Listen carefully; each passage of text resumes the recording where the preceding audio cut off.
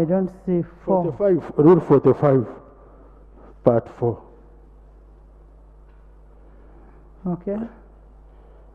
So on 14th July 2022, it was on order paper. So now I'm not seeing it on order paper or business to follow. The time I presented it, it was on land grabbing and the destruction of people's trees in the Namavi. The time I presented it, there were no structures. As I talk, in that forest reserve, there are over 10 structures, including shopping malls. So, Right Honorable Speaker, I would like, my prayer is that let me get my reply on my matter I presented in this Parliament. I thank you. Honorable, your question was on questions for oral answer, not so? Yes, Right Honorable Speaker. And it was actually an urgent question, not question for oral answer. If it was for oral answer, it should have been responded to there and then. Right Honorable Speaker, at that time, the minister in charge was not around. Then they promised that they are going to contact and then give me a response. And the Right Honorable Speaker, you know, justice delayed is justice denied. Honorable Minister. Thank you, Madam Speaker, and thank you, Honorable colleague, for the follow-up question.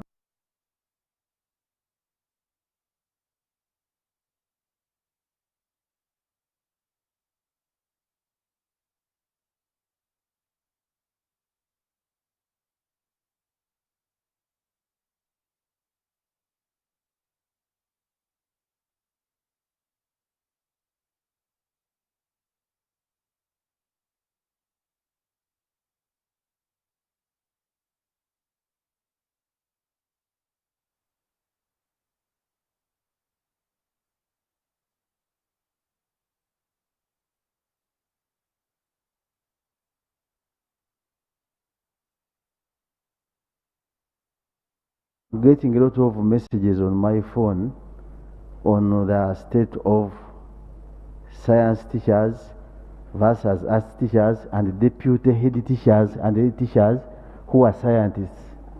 It is now known that science teachers have got their 4 million. However, the science head teachers and science deputy teachers who are also scientists have been left out. And what is the trading now in the public domain that no speaker is the deputy teachers who are scientists. It is now known that science teachers have got their 4 million. However, the science head teachers and science deputy teachers who are also scientists have been left out. And what is the trading now in the public domain that no speaker is the deputy teachers want to be demoted to classroom. No speaker. Wouldn't it be procedure okay, right now, Speaker? We get the Minister of Public Service and the Minister of Education to come and explain how this discrepancy is going to happen. Because the Parliament, right now, Speaker, pronounces itself on equal and equitable payment of teachers. However, what is going to begin is children are going to suffer. There is going to be presentism at school, but teaching is not going to be there. And we should not hide our heads under the sun that there is going to be teaching on these people, teachers or children. Actually, no speakers, I conclude on the social matter. Teachers are saying they are not going to mark PLE, O level and A level. They are not going to apply for marking, and they will do it. So the procedure matter I'm raising wouldn't be procedure okay, no speaker, that I'm on the procedure no member, that we do something as fast as possible as Parliament. Nobody is against science teachers, but the discrepancy is going to kill some children. And the results will display each and everything, but the sufferer will be the parent who has paid his taxes, all her taxes. So I would pray for that, because we had the Prime Minister here yesterday. You heard what she said. They are not, when you got public service, they are saying they are going to pay teachers in 2026, those who have not got. But I've been talking to some minister. I said, no, it's going to be a phased manner, which is not periodically given. And it attracts interest.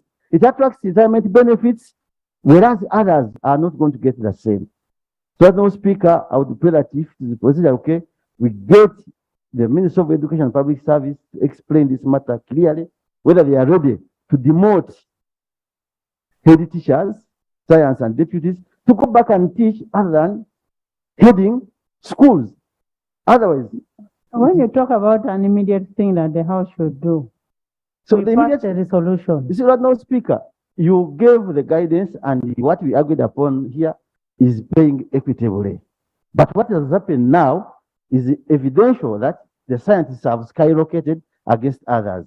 But their immediate supervisors, the head teachers, who are even scientists, have not been catered for. And we cannot Can we hear from the minister? You're The talking minister so should- long, talking the same thing. Yeah. Because it's paying for us, no Speaker, and I cannot hesitate saying. Can you say it, the minister has understood?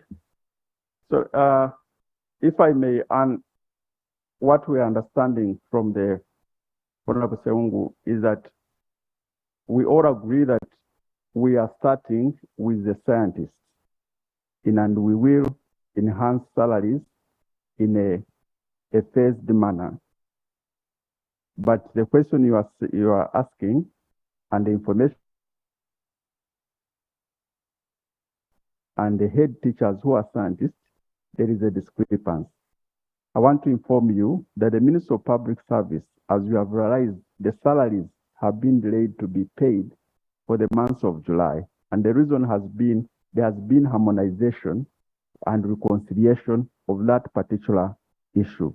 So the Minister for Public Service will make a statement here on Tuesday regarding that particular issue. Thank you. Clarification. Thank you, Madam Speaker. On the point of clarification, Madam Speaker. Let me see. Oh, no, thank you, Honorable Speaker and Honorable Minister. Honorable Seungu, your colleague is talking. Thank you, Madam Speaker, for your wisest guidance.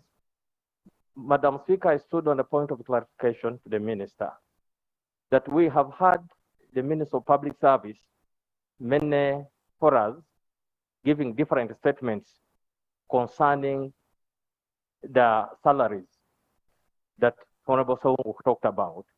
I'm seeking clarification from you and from the Prime Minister whether you know that that policy has killed the morale of teachers in schools, and whether you know that there is no teaching in government schools at all. I'm seeking clarification whether you know that there is no teaching in government schools at all, and whether you know that it is the policy that you are trying to implement has totally killed the education standard of this country. I'm seeking clarification. Thank you, Madam. Honorable members, can I advise this way? Can we have the Minister of Public Service in the House and the Minister of Education, and we'll have this thing resolved once for all? Now, it's like you're talking to Honorable Bahati. He's not the Minister of Public Service. We need this resolved. Can we have a Minister of Public Service? So, you get it, eh? Yeah, let's have the Minister of Public Service. Yes. Right Honorable Speaker, thank you so much. Right Honorable Speaker, I'm standing on a matter of procedure. Right Honorable Speaker, we have suffered as a country with drought previously. Where I come from and across the country, many farmers had failed crops. And normally government gives out seeds around this time to these farmers. Unfortunately, much of the money that was being used to give out to farmers these seeds was picked there and taken to parish development model. Madam Speaker, as we speak now, there's quite still a lot of challenges with the parish development model. And I've seen today a press conference by UBOS saying that they've been able to collect only 1% of the data that is required. to start the implementation of the parish development model. Right, Honorable Speaker, given the fact that crops failed, the farmers in this country really needed support from government with the seeds to plant for the next season, now that rains have started. Right, Honorable Speaker, as a house, we will proceed very well when our farmers, the people we represent, are there, the rains have come, they have no seeds to plant, to prepare for next season. You can have the information. Thank you very much, Madam Speaker. Madam Speaker, the issue that has been raised by Honorable is very important. Personally, from the time these rains started just a few days ago, I have received over 100 calls of people asking for seeds. This is a very serious matter that we should consider as a quick intervention. And how I wish in your prayers, you request that component of seeds be pulled out from PDM as a quick intervention, as a short-term measure. Thank you. Madam Speaker, thank you very much, my colleague, for the information. Madam Speaker, I think the Minister of Finance or Prime Minister, they can give us a quick solution to this problem, because initially they thought they will give out farmers through farmer seeds through PDM. Now PDM is a non-starter for now, yet the rains have started. Madam Speaker, farmers need our response on. Honorable Minister of Finance, but I like the way you smuggle in your matters as.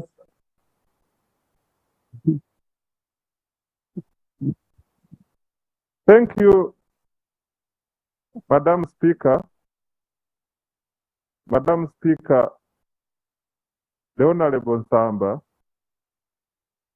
has raised the matter and largely responded to the matter. He has eased my job. Madam Speaker, beginning this financial year, we pulled resources for seedlings and inputs under NAD and consolidated everything into parish development model. And Madam Speaker, the parish development model is not a non-starter. I wish to inform this House that we are starting the parish development model, and the farmers will be able to access the funds through the parish circles. Honorable Minister, are you aware that farming is done in phases, in seasons? Madam Speaker, we are cognizant of that, and that is why our plan is, in this quarter, we release 50 million, and in the quarter of January, we release another 50 million, making a total of 100 million per parish. And when do you release the 50 million? Because this is already July. This is already August. Honorable Minister, this is already time for planting. When are you releasing this money for seedlings?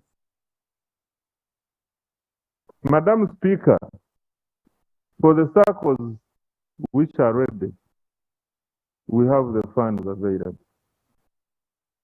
I am not saying that you don't have the funds available. I am asking, when are you releasing the money?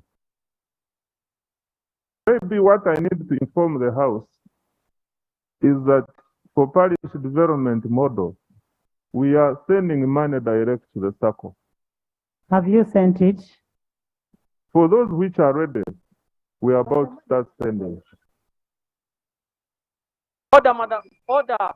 Honorable members, I had told the minister to give us the status of the parish development model on Tuesday. We want the status. We want to know which circles have gotten the money. And where have you put the money that you've removed from all the other? Because you've cut everybody's money. We want to know how much money as of now do you have for parish development model? Honorable Minister, stop speaking Luchiga there. I am talking to you.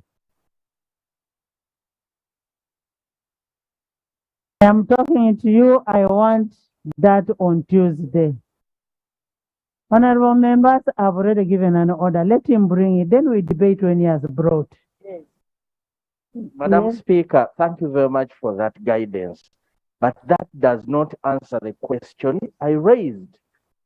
Right Honorable Speaker, as you guide, you should also ask the Minister of Agriculture to come here and tell us the immediate intervention. The truth is, across the country, crops failed. And that is a fact. And the farmers are there, they are stuck, they don't know what to do. And that is the little we want you to appreciate, Honorable Minister of Finance.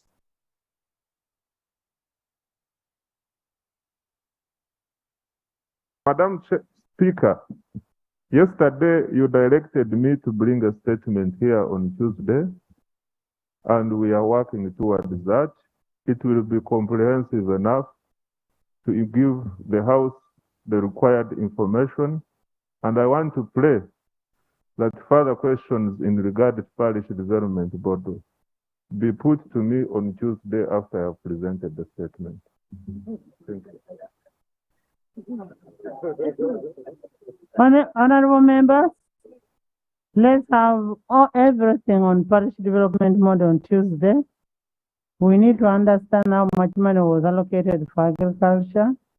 And if it was allocated for agriculture, most of our people are farmers. How much is ready for agriculture? How much is ready for the other sectors? And how do you plan to have them get that money? Instead, will make our people even not benefit out of that money. So you need to look at it. Honorable Nakato.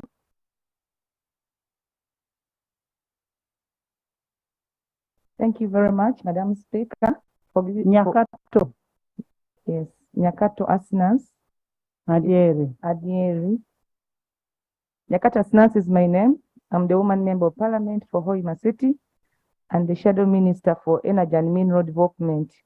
Right Honorable Speaker and members, next week on Tuesday, our neighboring country, Kenya, is going to have general elections. And as a country, we import 80%. Finance, what have they said?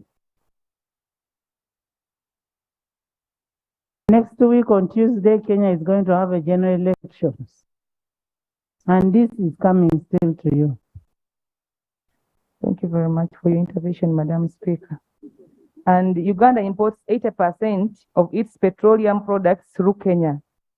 Madam Speaker and members, owing to the past experience of 2007 general election in Kenya, which resulted into a post-election violence, it taught us as a country to be always prepared to stock enough fuel in case of any crisis. And now it is just a few days to elections next week on Tuesday. I would like the Minister of Mineral Development and Energy to update this Honorable House and Ugandans about the steps that government has taken to prepare for any emergency response in case there will be a fuel shortage supply and in case of a post-election violence in Kenya that can affect cargo movement.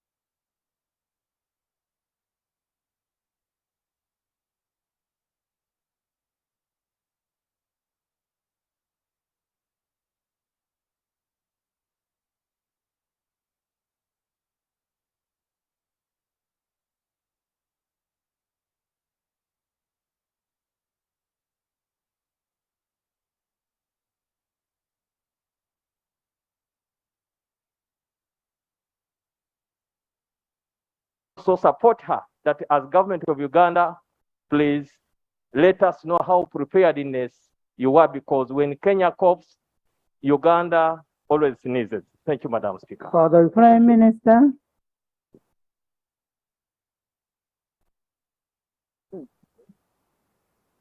Right Honorable Speaker, as a country, we are prepared.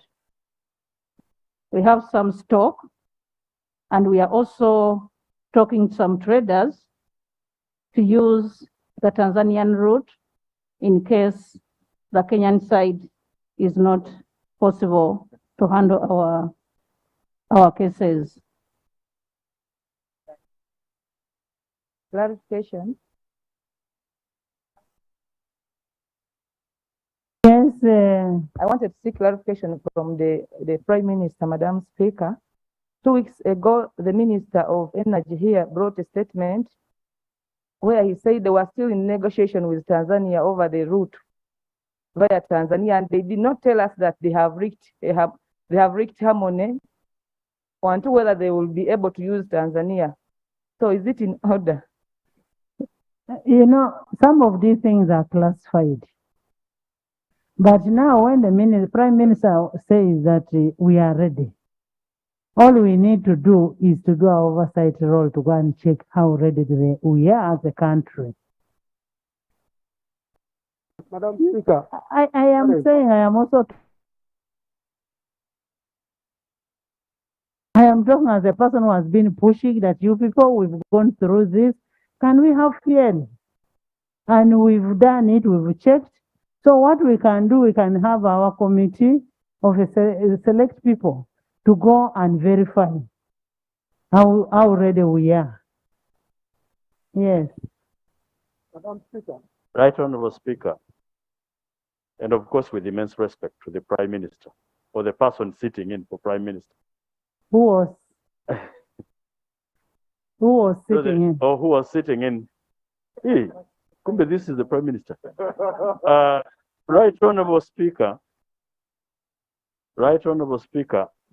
when the question is raised as to how, and you're talking about an issue of quantity, civilized governments across the globe tell you in terms of quantities. Right Honorable Prime Minister, I mean that statement, and I'll explain. We had our reserves stored in ginger. We all know that those reserves are simply dilapidated tanks. The issue of fuel, how much fuel we have, not for security, but for the survival of the nation, is an issue of quantities. It is not a matter where we say, or if we tell you how much we have in our reserve. Taking from the experience of how much we've been caught unaware, with our reserves empty, with the tanks dilapidated, would it not be procedurally right that you direct government to tell us if fuel is not in those reserves, where is it? And for the benefit of the Prime Minister who exclaimed when I said civilized governments across the globe, I was suffering the temptation that ours is one of them. Thank you.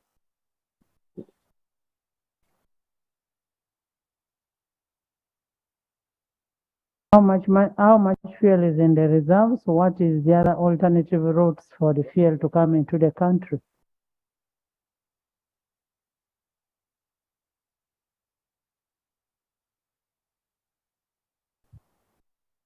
Right Honorable Speaker and colleagues, I believe my sister,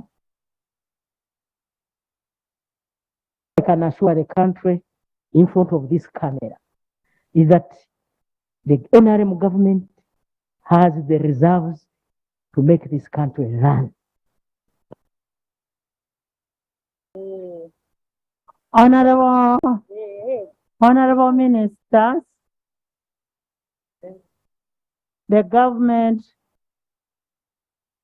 I want to copy from her, from the Prime Minister, that the government is ready. The government is ready, not the party. The government is ready. For the government is ready to sustain the Ugandans, and it has fuel in place, and it has alternative routes.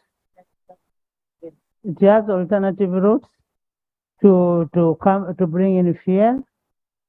Can we have the next Najuma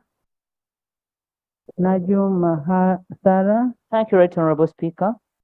I'm Najuma Sarah. Najuma Sarah Nalongo. Yes. Thank you, Right Honorable Speaker. I rise on the matter of national importance. Honorable Speaker, the government pays annual ex-gratia to LC1s and LC2s in appreciation of their work, which is worth 120,000. But in my district, the LCs have received 80,000, some have received 100,000, few have received 120. And these LCs are gazetted. My chief administrative officer has written several letters to the Minister of Finance without any response. And since the Minister of Finance is here, I need clarification from him. First of all, the money is too little, but doesn't reach the district. Thank you so much, Right Honorable Speaker. Thank you. Finance. Madam Speaker, it is true we pay ex-gratia to LC1s of 10,000 per month, and if there is any disparity, I advise we shall take it on with the district authorities. Otherwise, from our side, we send 100%. Yes, Sarah. Thank you, Right Honorable Speaker. Right Honorable Speaker, I'm on ground and I know what I'm talking about. They've paid people 80,000, 100,000. And when I contacted the cow has been writing to Minister of Finance without any response. Maybe I need to bring you copies, Honorable Minister. Honorable Minister, I think let the Prime Minister now respond. The issue of the LOC chairpersons getting their ex-gratia is very important. And therefore, I want to request you, Right Honorable Speaker, that I institute an investigative arm of government, that is the Auditor General, to go and audit and find out what is happening in Nakaseke. There could be an issue of Shagare. And we shall not allow these other people to steal people's money. We shall investigate this matter. And maybe, Prime Minister, it may not be Nakaseke alone. Let them investigate that amount. We are going to ask the Auditor General, who are staff of Parliament, to have that investigated. Clerk take note of that and give a feedback. Yes. Honorable Speaker, through you and on procedural matter, I think I'm beseeching the Prime Minister and the ministers that our issues here is not about winning a war on the floor of Parliament. Honorable Speaker, the Honorable Member from Nakaseke, Narong, has stated she has letters written by the accounting officer of the district, the cow, to the ministry. That's enough evidence. Right now, previously, Right Honorable Speaker, I'm the Vice Chairman of Government Assurance. We have met Minister of Energy and the contracted company, our oil what company that's dealing with the oil reserve, the fuel reserves.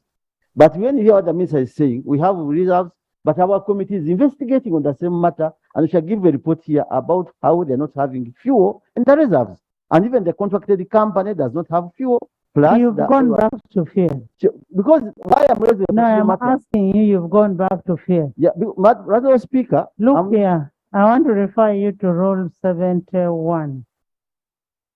Very much. Rule 71, close of debate of a particular item. We closed the debate on that. Now we are on issue of the LOCs. Can we have the auditors? I have ruled that I want the Auditor General to have that audited. Not specifically Nakaseke, but all. And they give us a report to that effect. Most obliged, Madam Speaker. But are we here to win wars or to give evidence? Which wars? Are we on wars? Why don't you leave your leader of opposition to talk? Honorable members, we are not on any wars here. We are about serving the local people. Let's not look at the cameras there because we want to be captured by cameras. I am not going to allow that. Right, Honorable Speaker, maybe the guidance I'm seeking from you, the minister has informed the House that as far as they are concerned in Ministry of Finance, they have paid all the money, 100%. Would it not be, I thought prime ministers know the rules of debate. Would it not be procedurally right that we would direct the minister to bring that evidence first and foremost of the transfers as a starting point as the audit goes on? Because, I mean, what would be the problem that a few kilometers away, which have been reduced by technology, the ministry has sent the money, which should be in Nakaseke in a microsecond, and Nakaseke has not received the money. I am not allowed to legislate or even debate in anticipation and with mischief in suspicion. If we're outside, I would say that there is something mischievous in this. Would it not be proper for the minister first to table evidence of those transfers of 100%? Honorable Segona, I received that documentary evidence in my office, and I wanted to sanction the audit on this floor, not only in Nakaseke, including my own district. Several districts have the same problem. We need that done. I have all the documentary evidence, and since that evidence is available, and the Auditor General being the staff of Parliament, I wanted to give them an orders on the floor. Thank you. Olanya, Andrew.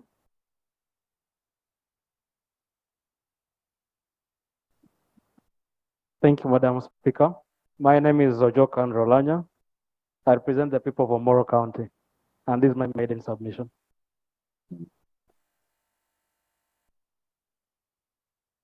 Allow me start by commiserating with the August House on the loss of the Speaker, and in the same vein also congratulate you and the Deputy Speaker for your ascension to the roles.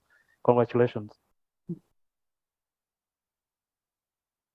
I would also like to thank each and every one of you here for the support that you continue to render, especially through the Education Fund. So you've given us hope, and we know that where there's a hope, there's life. I want to thank you very much, each one of you here. Thank you very much. I rise on the matter of national importance regarding the plight of the victims of nodding disease in Omoro, but also in regard to the food security situation in Omoro district. I'm aware that the Honorable Member of Parliament for Kitgum district in the 10th sitting raised a comprehensive motion regarding the need for government to prioritize interventions into the nodding disease syndrome in northern Uganda. But to date, we are yet to receive those short-term interventions. Madam Speaker, we have 184 households affected by nodding disease syndrome. That is, those are about 220 patients who are affected with 24 severe cases. And the main issue is malnutrition. This cuts into the issue of food security in Omoro. So I'm going to lump these two into one prayer with 4 points. So the 4 points for prayer are: one, we need to get provision of food relief items to 17,020 households. This includes the 184 households that are affected by nodding disease.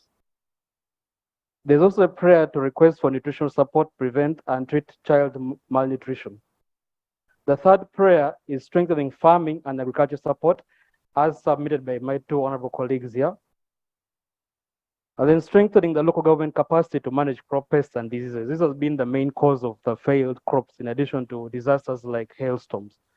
So in principle, those are my four prayer requests to you. Thank you very much. Thank you so much,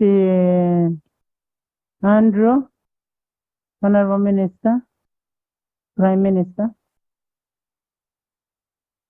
Okay. Honorable Anishwa. Thank you so much, Right Honorable Speaker. Right Honorable Speaker, I want to first of all congratulate my son, Honorable Job, for joining this August House. And I want to appreciate the issue that he has raised. Right Honorable Speaker, it's true. A resolution was passed here on the nodding disease, and the directives were given.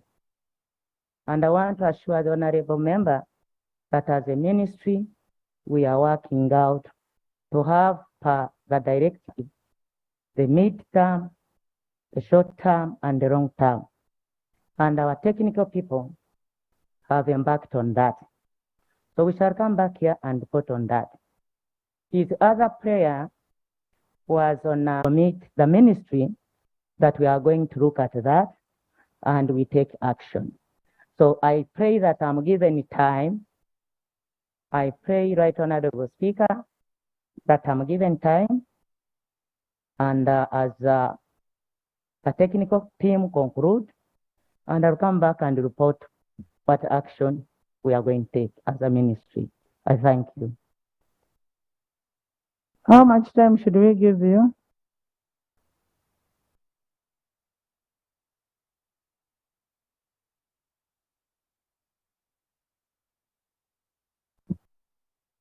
Right Honorable Speaker,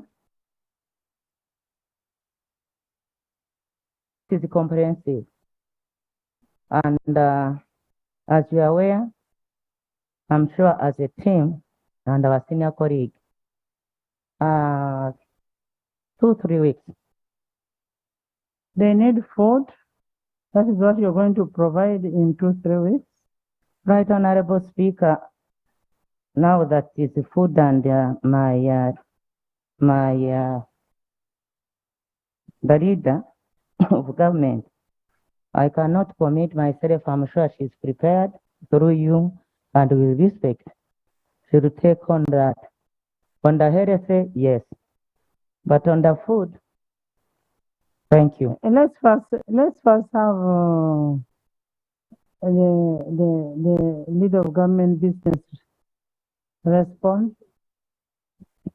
Right Honorable Speaker, 1 week ago, there is an organization by the Bishop,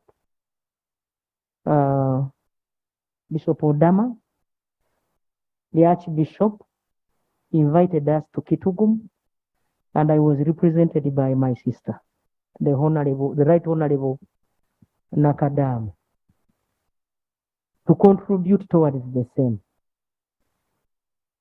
We also appreciate that those children need food now. So through the Ministry of Disaster Preparedness, I now is here. Let us look for food and take it to Honorable Nyakuni, you're here. Are you hearing?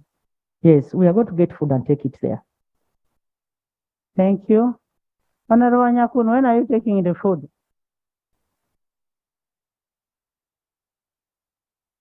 Tomorrow. Thank you, Right Honorable Speaker. I want to thank the Prime Minister for giving us guidance.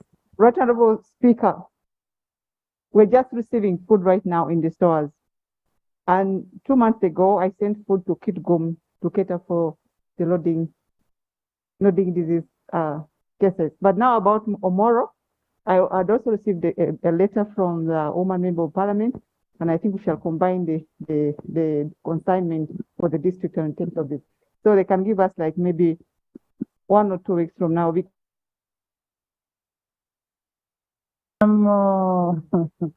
The Prime Minister is saying 2 days, you're saying 2 weeks. Right, Honorable, just from my department, the food is just arriving, and you know the process is not easy. But you can take it after 2 days once everything is in the store. 2 days. Honorable Joe, give us a feedback. In 2 days' time, we want food in your constituency. Tuesday, I want to hear from you that the food has arrived. Much obliged. I have the letter from the cow in addition to the list of the 184 households. If I could lay on the table. You give the letter to the minister. Thank you. Minister is here. Give her the letter. Yes. Thank you, Madam Speaker. And I want to thank my brother, Honorable Jock, for raising this issue. I also thank the Prime Minister for sending somebody, the colleague, Honorable Nakadama, when Archbishop Odama actually called for an action. It's true, there is an interest to revive some of the shelters that had been closed. And I think you went to Kitgum in that one of the shelters. But what Honorable Ojok is also talking about, there was deck, which was actually looking after these children, rehabilitating them. And we got stories of how these children were rehabilitated, and actually they finally even went back and started living well. Now the Archbishop's appeal, Archbishop Odama's appeal, is for government to give food, not only food, but also health, medicine, and make those facilities operational. So for me, the response I want from the Prime Minister is how prepared government is in terms of taking all this a holistic approach towards this nodding syndrome. Not just the food, but holistic. It involves therapy, it involves feeding, it involves medication. So for me, this is the assistance that actually the Archbishop is looking out for from government and from anyone else. So this is for me the information I thought I needed to give the House. Thank you, Madam Speaker. Thank you. Madam Speaker. Thank you so much, Right Honorable. Right Honorable, I want to thank Honorable Andrew Ojok Olanya for raising this very important point.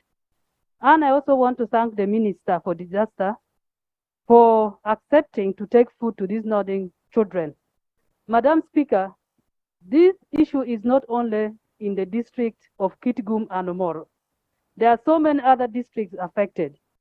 I pray that the Prime Minister, the Right Honorable Prime Minister, warming to get up, now addresses this issue, not only about food and shelter, but also everything, including the minds of the people who are looking after these vulnerable children, because they're indeed really so vulnerable and the communities are affected. Right, Honorable Prime Minister, what are you going to do to these other districts, including Oyam and even Erute and Ilera district? Right Honorable Speaker, I want to thank colleagues for the concern.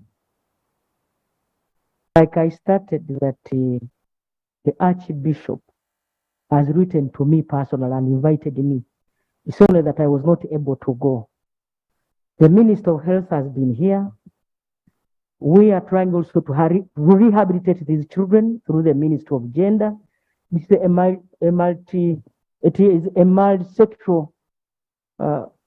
It's going to be a multi-sectoral approach where we are going to also have the Minister of Gender getting involved. So, colleagues, I want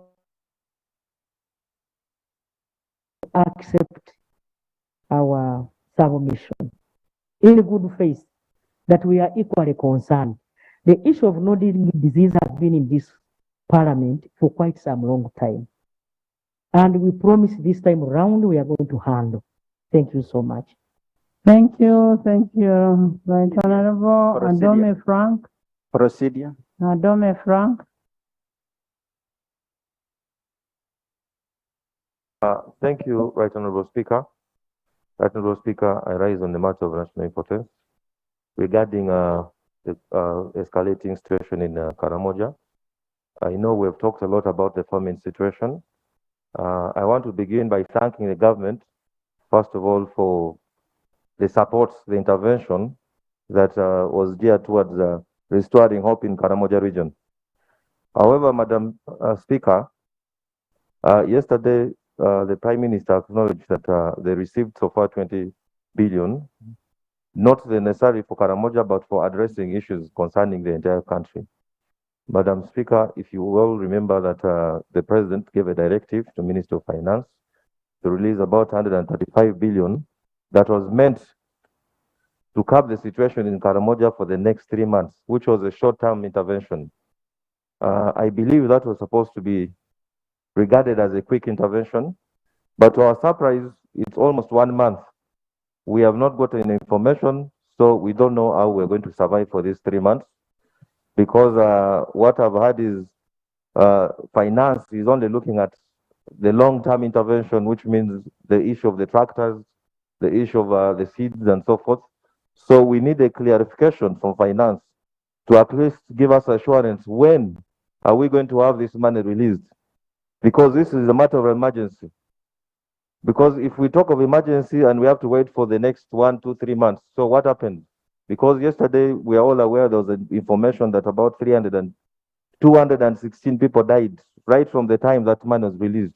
So it's our prayer that finance takes this serious so that we are able to rescue the lives of those that are still surviving. Thank you. Thank you.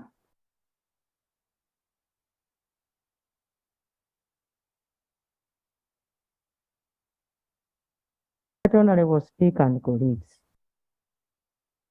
we will appreciate that as so a directive, yes, we had not budgeted for the food of Karamoja. It was when this happened, like I told you yesterday, Minister of Finance has facilitated us so far with 20 million. I did not say that they will not give us more money.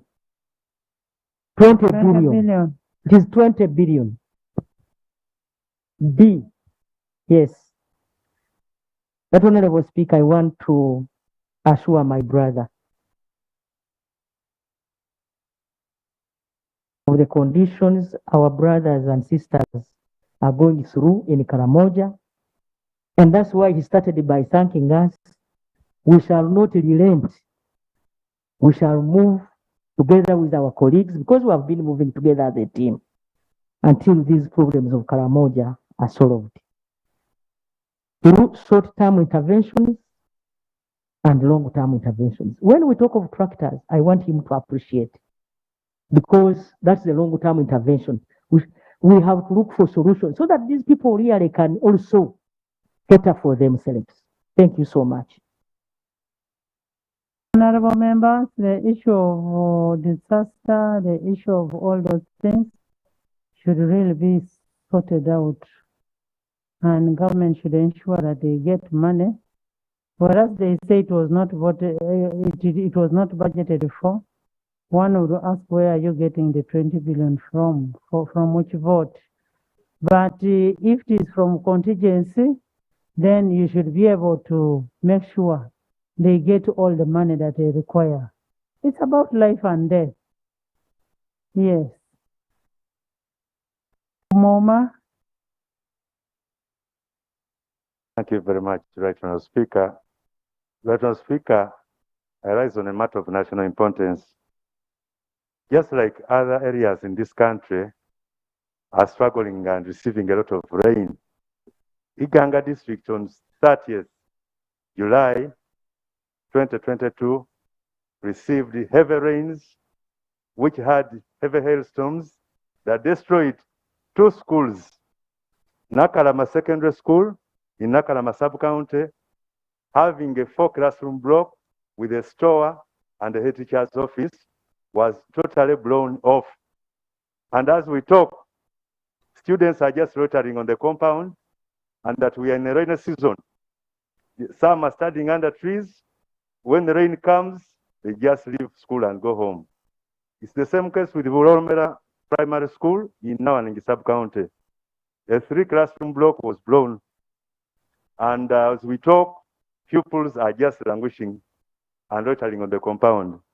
It's my humble prayer to the Right Honorable Prime Minister and the Minister for Education to offer an interim measure by providing shelter to these students and the pupils to complete this term, but also to come up with a permanent solution to help these 2 schools resume next term in the right order. Right now, Speaker, I rest my case. Thank you very much. Honorable Minister, Prime Minister. Thank you, Right Honorable Speaker. I want to thank the member for raising the issue that has affected the people of Iganga district. Colleagues, we need to appreciate that the rains are affecting every part of this country right now.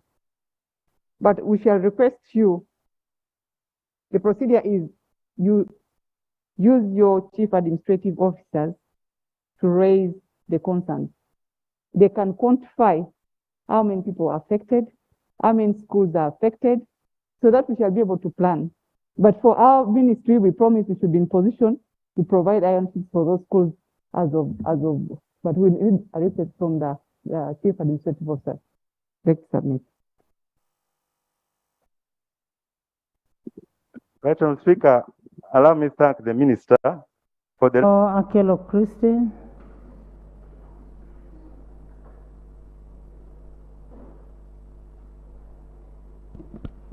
Thank you, the Right Honorable Speaker. I rise on the matter of national importance concerning Barlonyo Museum and Monument in Lira District.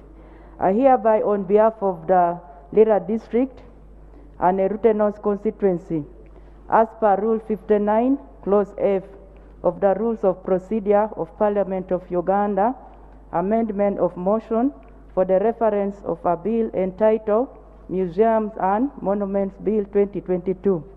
Madam Speaker, I rise that the committee considers the following. Barlonyo is located in Lira District. The committee amends the LRA Mass Grave. Which committee? Committee of the Committee of Tourism.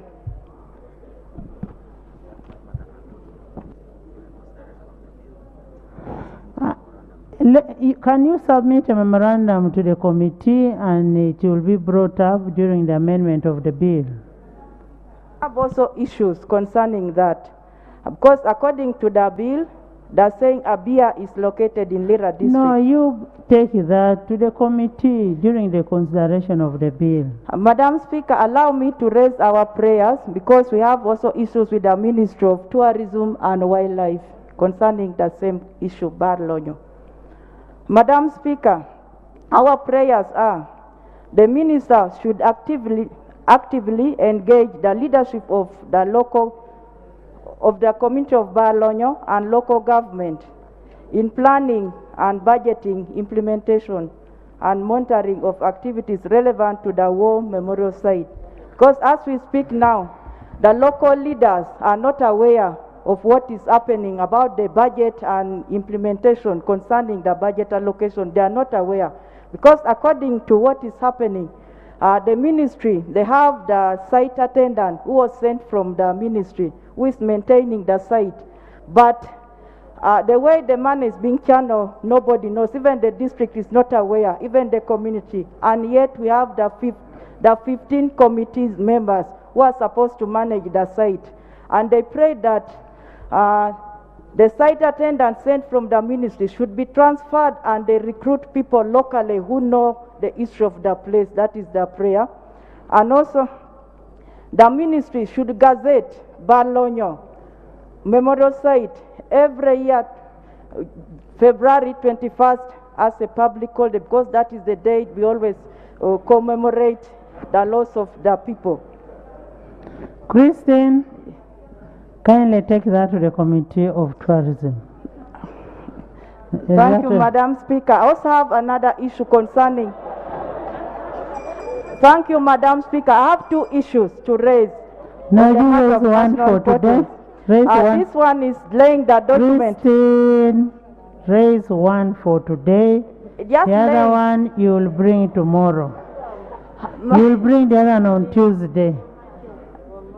Madam Speaker, it is long overdue. Procedure since 21st July. I've not been given opportunity to lay the document. What document do you want to lay? This one, I want to lay the documents regarding the nodding disease in Lira district at my sub-county.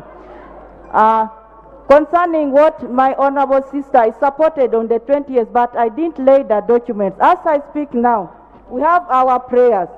Our prayers, a rehabilitation center be constructed in Aromo. We have given 2 acres of land to the government. Then secondly, a research be carried. A research be carried in the two parishes in Aromo, where we have the 52 victims of the nodding disease and epilepsy along Aswa River. We wrote to the ministry, and also the Minister of Health should recruit the vector control officers to manage the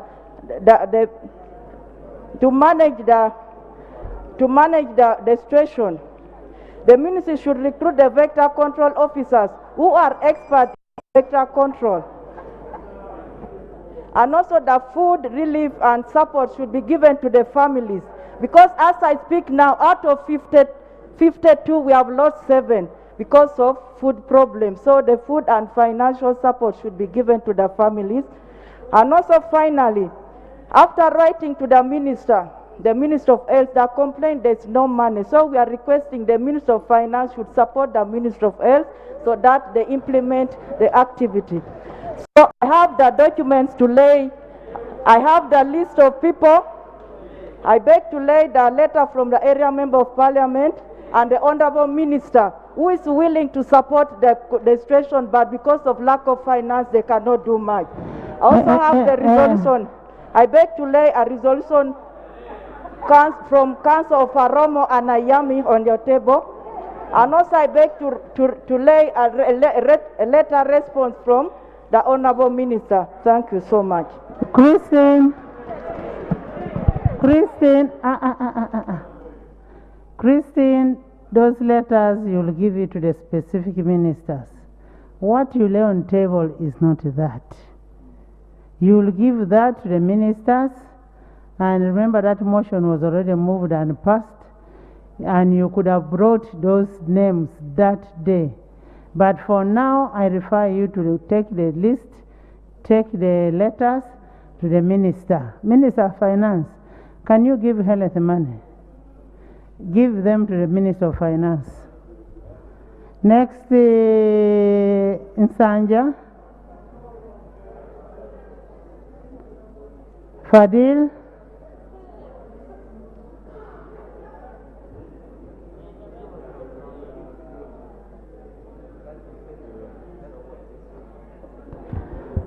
Thank you, Right Honorable Speaker.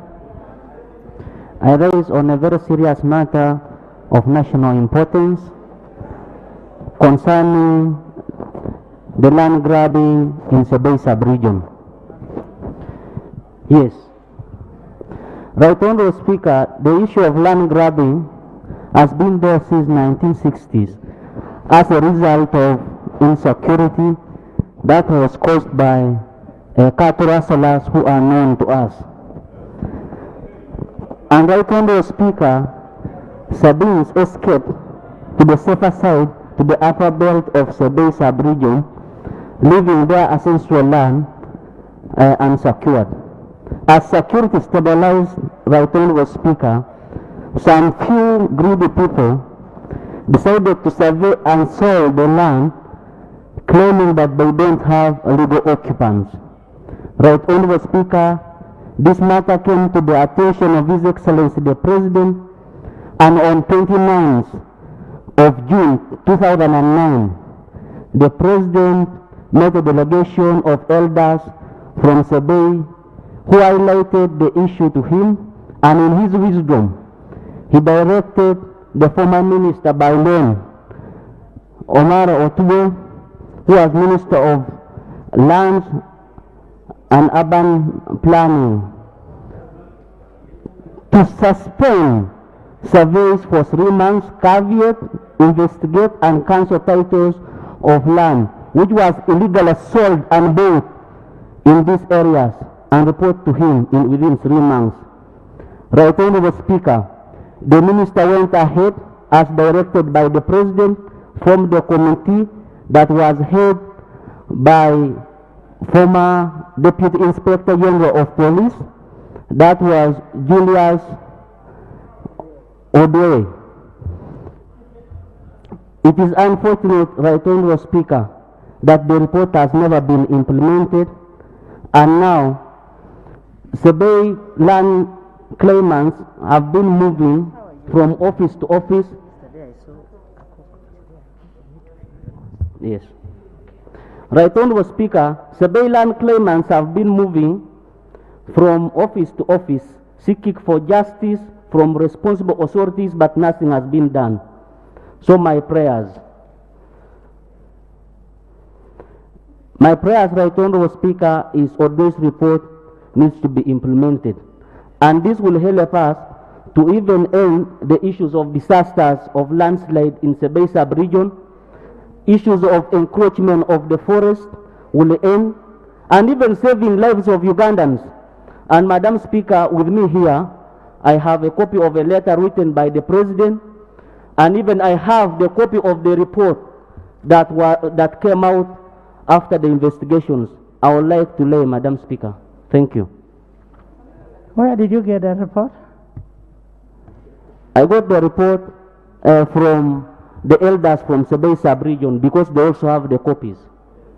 What is the name of the report? The report is Odoe's report. Is what? What is the title? The title of the report is Verification Committee on Land Conflicts of the Nambute Sironko District. Signed by who? Signed by Late Kive Jinja. It's not Sironko. Me, I'm talking what I know. Honorable Minister, maybe you're part of even the people who spoke about our land. You're talking to me, don't start attacking people. Yes. You see, when I'm talking, I don't want anyone to disturb me. This is a very contentious issue, Madam Speaker. And it has been an issue since. So, Madam Speaker, this issue needs to end. So I want to let this report and this House go through it, and we want immediate intervention from the government. Thank you. Fadil, you don't need to finish your annoyance from here. Because these are not the people who have stolen the land. These people are actually here to help you in your land. Now, can you lay that? Honorable Prime Minister, by the way, it is his maiden speech, so don't. Honorable Prime Minister.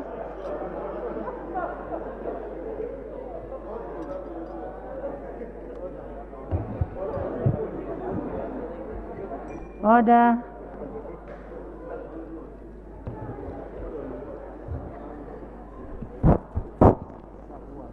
Right Honorable Speaker, I raise on a point of order with maximum restraint and pain. You're raising the point of order on who? Yes, On yes. who? I did On say, on the Friday. Prime Minister herself. Yes. I have been here and I know some minimal application of the rules. So I'm raising on a point of order with pain and restraint. I have seen the Prime Minister of this Republic at various functions, including in Parliament. Including where? Including in Parliament. And the way the Prime Minister dresses, surely. And, yes, I know the rules. Right Honorable Speaker, the Prime Minister of any republic. Just listen. The Prime Minister of any republic, a point of order in order. Honorable. Now you can see why I'm complaining. Honorable. Right Honorable Speaker, if I can only be protected to raise my point, because this is a place where members... Honorable Segona, as far as I see the Honorable Prime Minister, she's more smartly dressed than everybody in this house.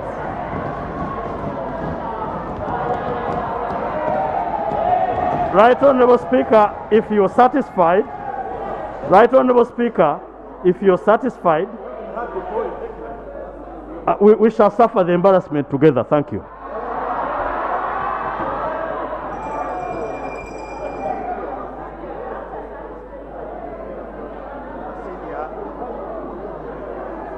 Honorable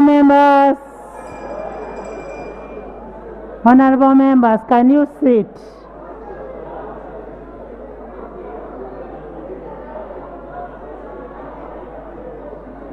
Next item. With my order paper.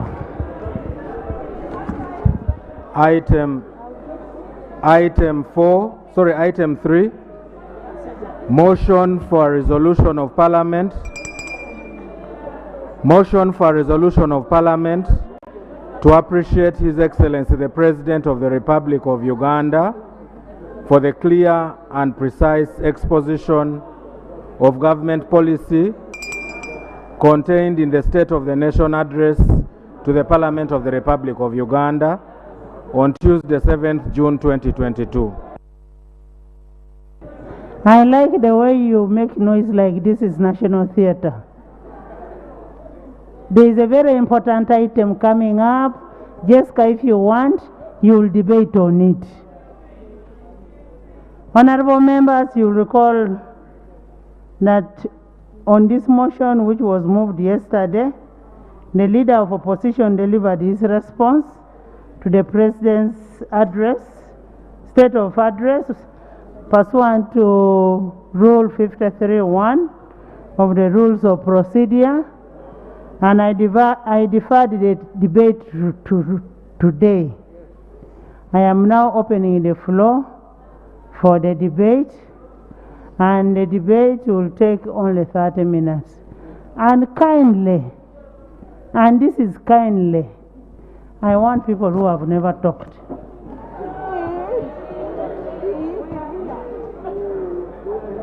Okay, Yod Peter.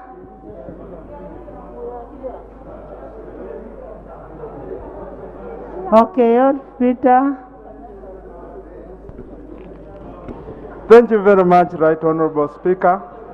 But I've talked many times, but okay, I want to thank you for the opportunity. Right Honorable Speaker, for record purpose, I wanted just to put that properly. I want to thank His Excellency the President for his State of Nation address. Mainly concerning agriculture, Right Honorable Speaker, as a representative of a fishing community, the President identifies fish and fish farming as one of the key areas to be addressed by Parish development model. But, Right Honorable Speaker, you find that as a fishing community, if enabled, 2 minutes each. If enabled and given support, fish can bring in this country much more money, only second to coffee. I therefore want to implore the Ministry of Agriculture to look deep into the fishing subsector, give it the required funding, and then reap from this sector. Second, Right Honorable Speaker and colleagues, the President in his speech clearly marks the development in secondary schools and seed secondary schools. As a representative of islanders, there are some island sub-counties that do not have seed secondary schools. So I would like to call upon the government to look at Lolwe sub-county, Bukana sub-county in Bukoli Islands in Namayingo to address education challenges. Otherwise, I support the presentation of the President in... Thank you, thank you. Joram?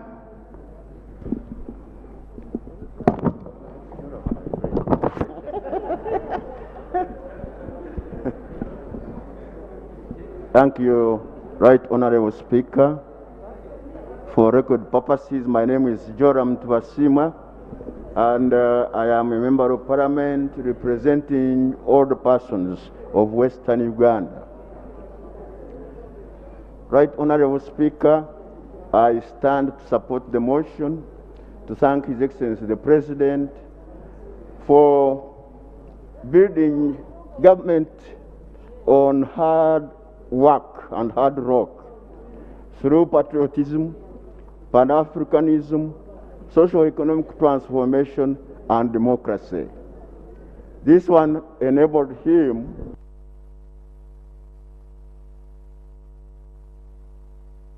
to a zone. Order, Right Honorable Speaker. Right Honorable Speaker, order, not on you. Right Honorable Speaker, is it in order? I'm in charge of this side. For Honorable Atkinson to cross the floor while in session. No. It is a free sitting, eh? No, he's the shadow minister. I want him seated properly where he belongs. Right Honorable Speaker.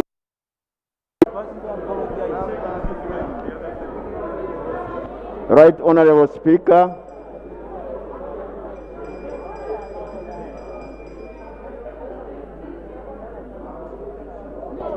Procedure, Madam Speaker.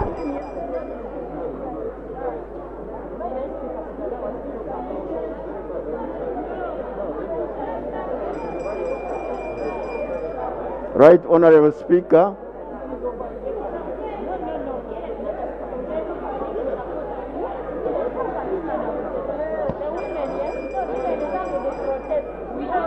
Procedure, Madam Chair.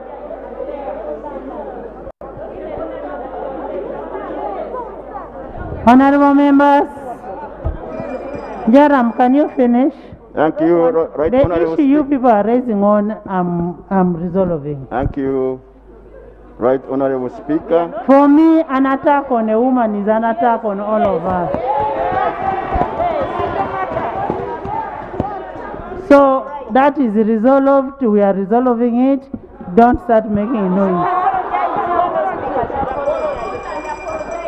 So what are you shouting?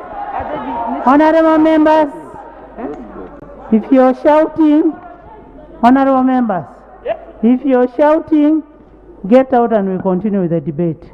Joram, can you talk? Thank you, Right Honorable Speaker.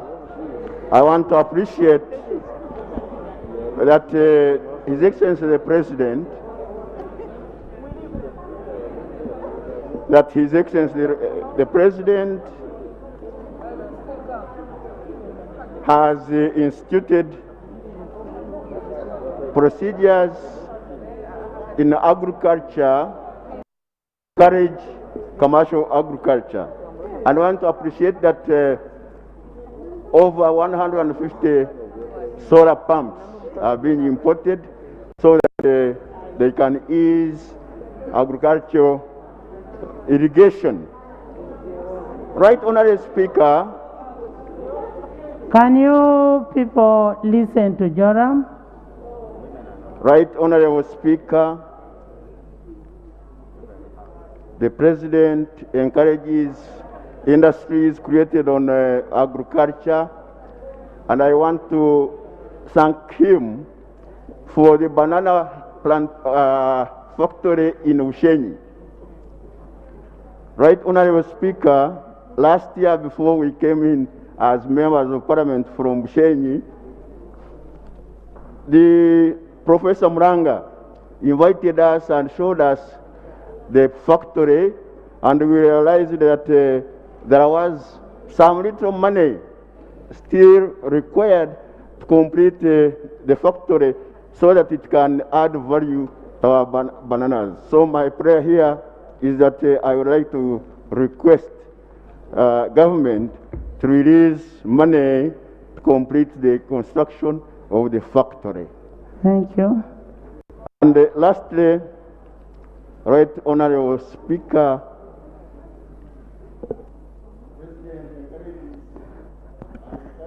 next.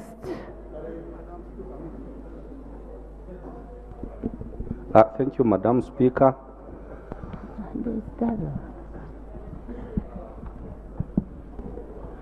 Madam Speaker, I thank the President for the clear State of Nations address, but I have a few observations, Madam Speaker. One is about the dairy exports in this country. The dairy exports should be bringing us a lot of money, Madam Speaker, but the extension work in the field is not there in the dairy sector and in many other sectors of agriculture. Madam Speaker, when you look at the prices of veterinary drugs outside there, they cannot make us move anywhere to reach the desirable levels of export in dairy products. Madam Speaker, when you look at fake drugs on the market, actually one would think that, of course I know we have a very strong government, but one would think that people are working without a government because these fake drugs are clearly on the market. They have created resistance, especially for ticks. People have resorted to other measures that are not palatable with the good practices in agriculture. So, Madam Speaker, I implore the Minister of Agriculture to do a lot so that these fake drugs are off the market. Madam Speaker, the other issue the President raised about the export of raw materials, and he talked a lot about it, that for 600 years we have been exporting raw materials. Madam Speaker, we seem to be moving at a very low pace in value addition, so that we continue, even after the 600 years, we still export a lot of raw materials. Madam Speaker, when we talk about the labor export, those days it was slaves. Madam Speaker, even today, we see our children suffering outside like slaves. It is modern slavery.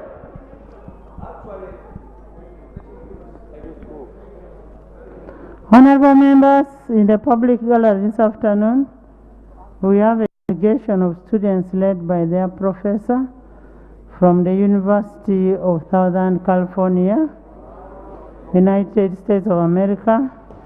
They are here to follow up on our youth health literacy in the communities.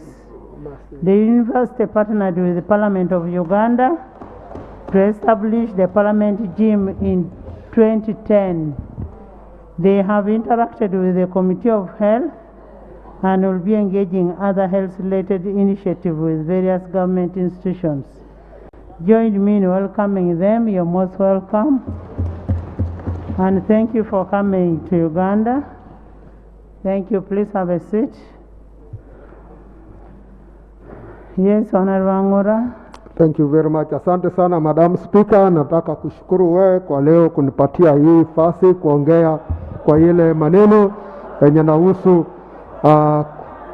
rais wa Uganda, kwa ile maneno ambao alijitaja kwa siku ya Nation Address. Honorable Angora, much as you know Swahili, for now the parliamentary language is English. we are yet to learn the Swahili that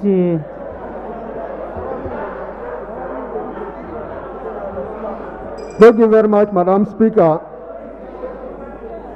Madam Speaker, Swahili is one of the languages we should emulate in the House.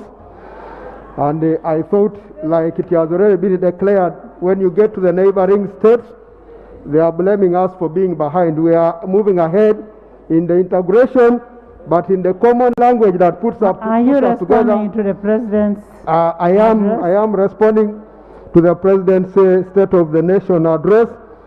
The President emphasized on the way forward as far as integration is concerned.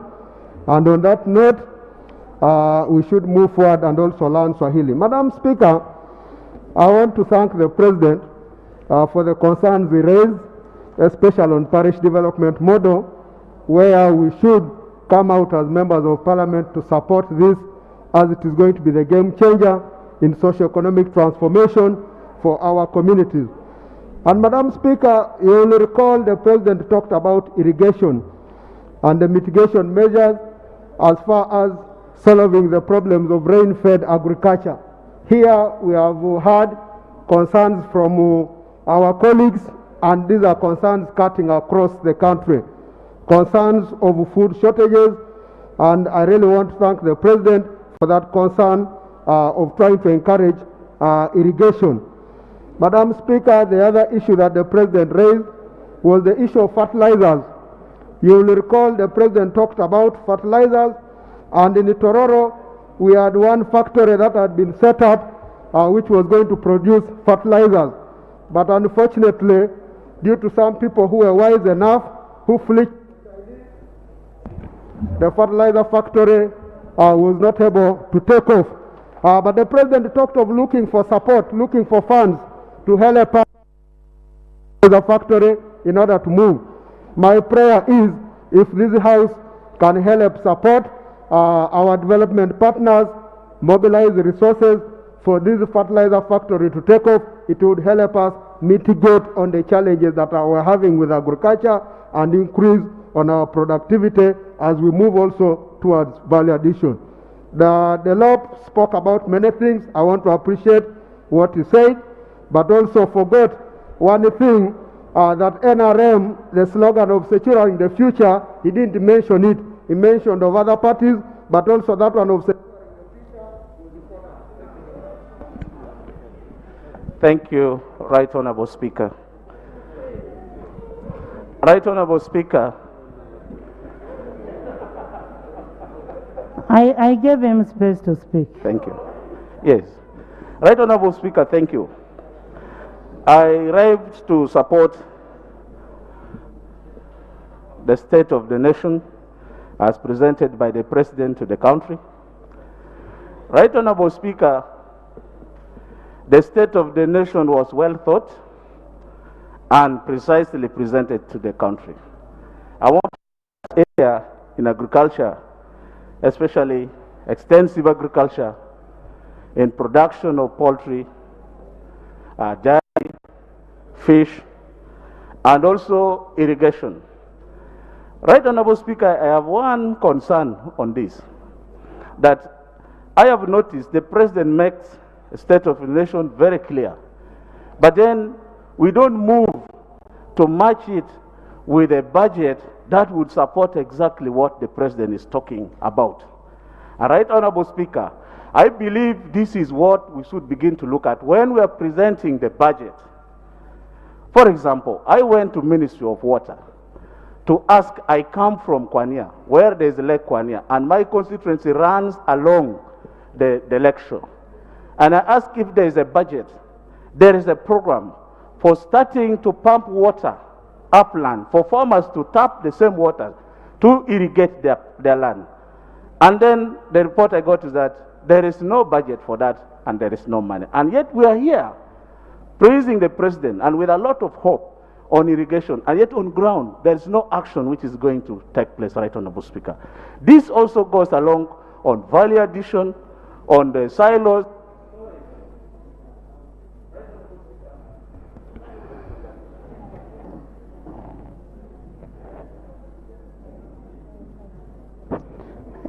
I want Wilson.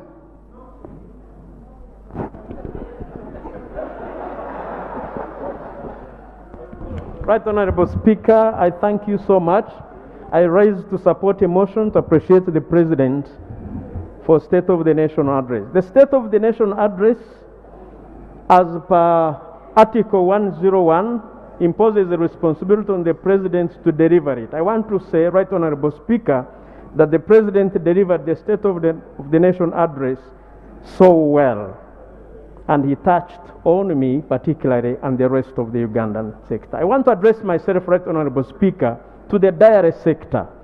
The dairy sector that has a direct bearing on the people of Nyabushozi that I proudly represent in this August House contributes 388 billion to the national economy, actually to the 2021-2022 financial year. We produce 2.8 billion liters of milk per annum.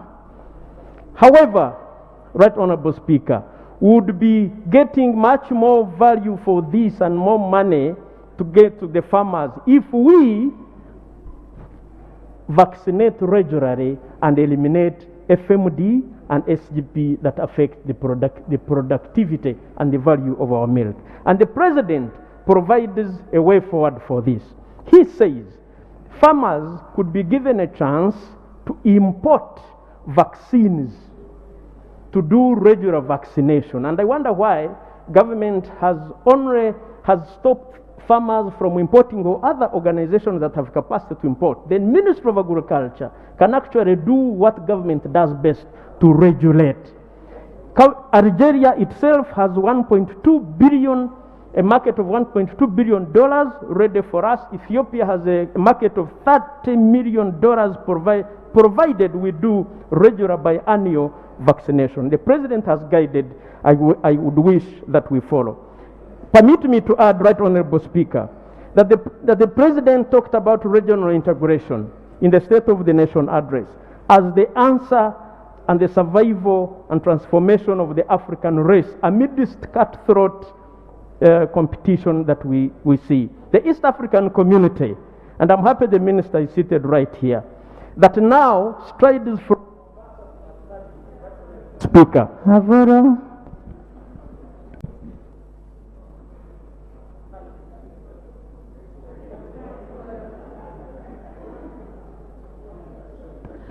Thank you very much, Right Honorable Speaker, for giving me the opportunity.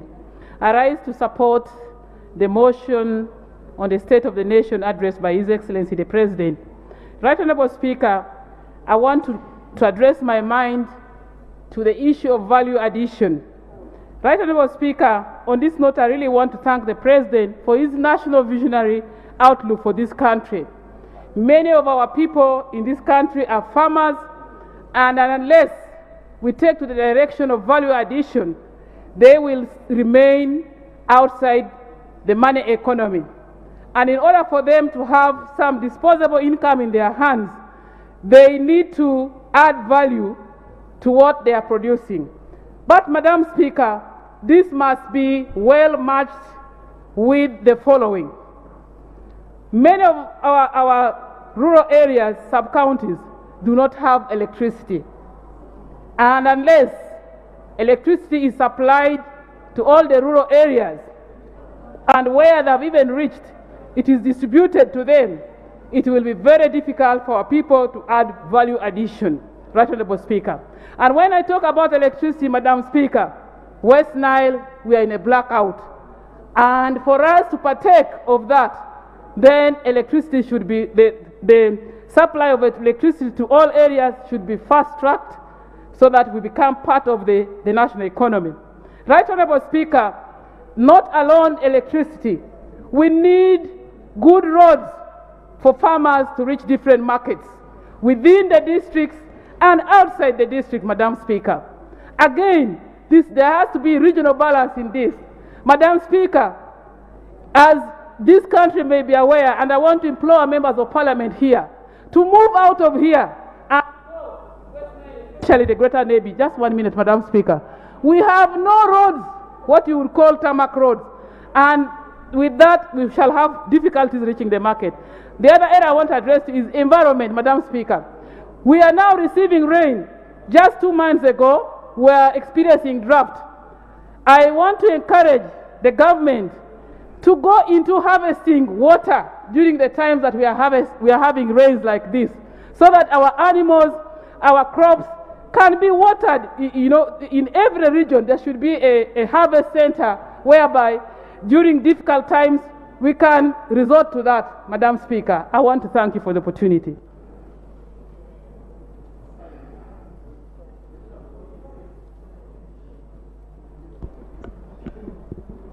Thank you, Madam Speaker, for giving me this opportunity to thank the President for the State of the Nation address. For record purposes, my name is Peg Joy Wako. I'm a national female member representing old persons in this parliament, and I'm making my maiden speech.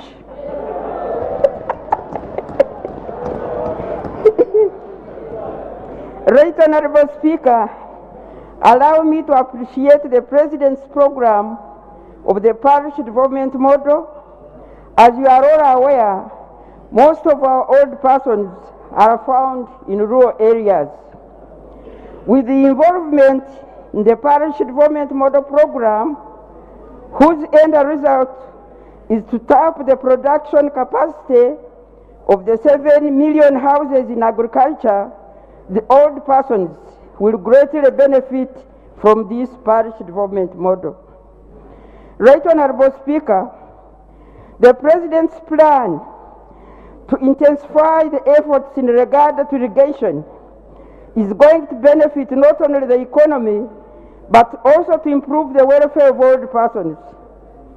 Right Honorable Speaker, according to the State of Old Persons in Uganda Situation Analysis Report of September 2020, 85% of the active old persons are engaged in crop farming. Therefore, as old persons, we support the President's idea of irrigation. Right Honorable Speaker, if I could use an example of Ethiopia, it's now leading in producing wheat in Africa, as opposed to the past where it depended on Western wheat aid. This boost in wheat production is due to the technological input in farming, including irrigation. Right Honorable Speaker, the President talked about corruption as another danger to our rapid socio-economic transformation. The battle against corruption requires combined efforts from various stakeholders. Let's all work together to fight this vice. Lastly, Right Honorable Speaker, I strongly support and agree with the leader of opposition in his response on objective number 7, protection of the aged, that is number 36, 37, and 38. I want to strongly support that whatever he has mentioned is the real truth.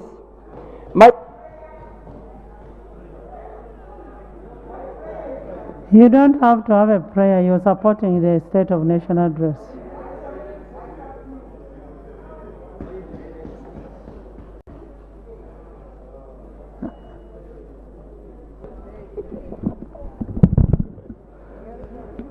Thank you, Right Honourable Speaker. My name is Katsime Anet Mjisha, woman member of Parliament of Shenyi District. I stand before this August House to appreciate His Excellency Yoweri Kaguta Museveni on the State of the Nation address. Right Honourable Speaker, I want to put again the emphasis on the value addition. To me, it will boost the economic development of our country, and also it will create market employment, and finally we we increase foreign earnings for our country. Right Honourable Speaker, of recent, we went and visited EPZ in Nairobi for the oversight role, to play the oversight role. But to our dismay, the tea that is taken to EPZ is rebranded and repacked. And when it is exported, it is called Kenya tea. You cannot find Uganda anywhere.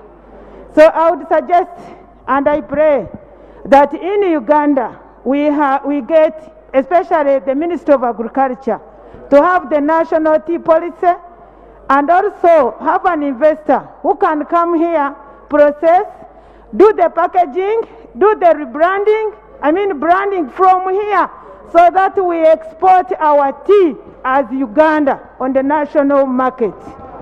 Right Honourable Speaker, I also want to add my voice to thank again His Excellency the President for allocating PIBID, the Presidential Initiative on Banana Industrial Development in Ex-gratia. Since Ex-gratia is a renowned hub for banana. Jen?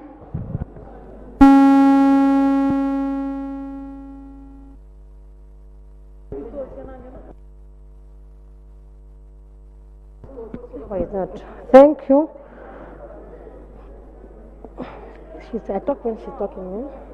Okay, I want to thank the President for the State of Nation address that he made.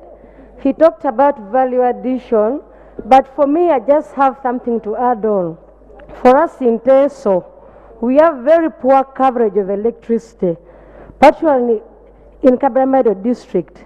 You can find almost the whole constituency doesn't have power. The few areas having poles don't have power. Talking about value addition, that one is only possible when there is power. Our people are farmers, they want to grind posho, they want to shell rice and so on, but there is no power. So I want to urge the ministry to help us extend power to Karamoja district. Particularly in Chero is being so bad, there is no power completely. I then also want to thank him for the breakdowns he made.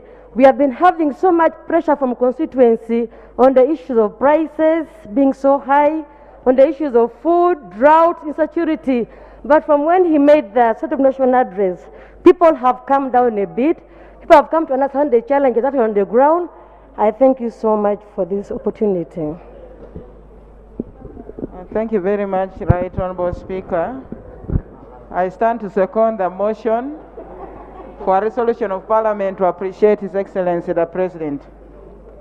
Madam Speaker, I add my voice to thank the President for taking an initiative to engage foreign bodies and making an attempt to let the Ugandans know the causes of the high prices of commodities in the country. When you look at the details in the report, in the state of address that I have here, the President has made an effort to meet the foreign leaders like Honorable Biden, the Chairperson African Union. And Madam Speaker, the address by the President is making people understand the cause of the high prices. However, Madam Speaker, it remains a challenge in the country. And because he's the head of state, if that one was left out, the Ugandans would worry a lot. Madam Speaker, on page 10 of the address, the President makes a hint on the importance of irrigation, but makes a statement that Tsetse, Bukedi and Lango having a lot of wetlands but being misused. Madam Speaker, I stand now to make a statement that despite the fact that Tsetse sub-region has a number of wetlands, Tsetse equally needs more irrigation schemes. You are aware, Madam Speaker, that as the country is crying about the alarming famine, Tsetse sub-region is one of the most affected. Madam Speaker, allow me to thank the Right Honourable Prime Minister for sparing some tons of maize flour and beans to support Tsetse sub-region. But I want to make a plea through you, the Speaker, that Right Honourable Prime Minister, as a mother of this country, you have a very big role to play, and TESO is still looking at you for additional relief as we pray that the rains don't cause. Honorable Guang Dolly.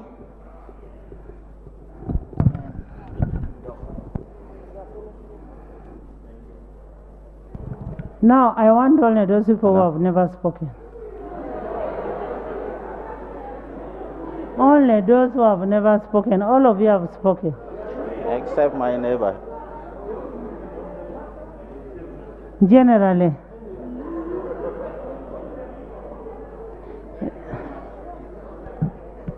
Thank you very much, Honorable Speaker. Right Honorable Speaker. For purpose of record, my name is Ogwal Moses Goli from Doholo North. I stand to support the motion to appreciate the speech of the President. I want to make my presentation by citing the detail of success in agriculture which the President has been mentioning. I want to mention that in Doholo,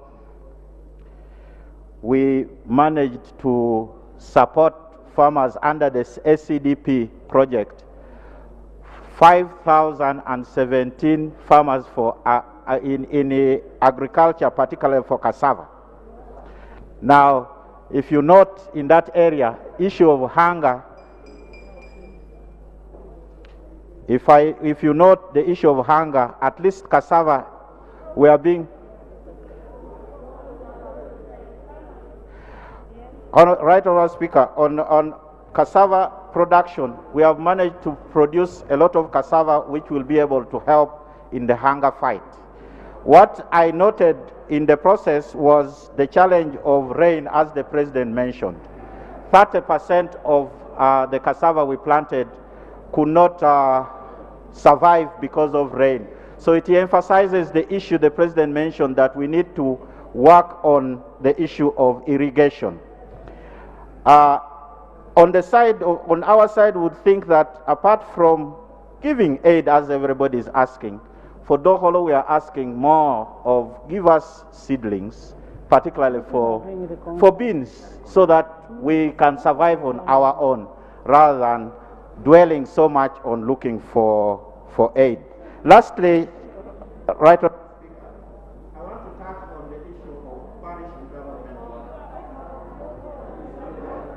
Next, Soroti East.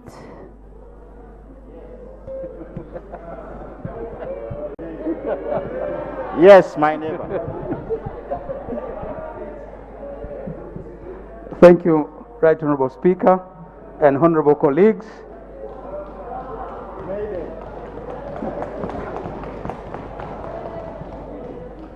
I thank you, honorable colleagues, for welcoming me to the House.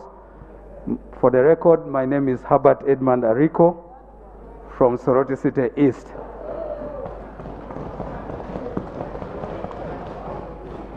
Right Honorable Speaker, I stand here to second the motion for the House to applaud His Excellency the President for a well-articulated address on the state of the nation. Right Honorable Speaker, I come from a constituency where people rely on largely small-scale businesses to be able to survive. Right Honorable Speaker, the President's emphasis on the issue of the parish development model is one of the antidotes that is going to turn around the business community of Soroti. Why, Your Excellency, Right Honorable Speaker?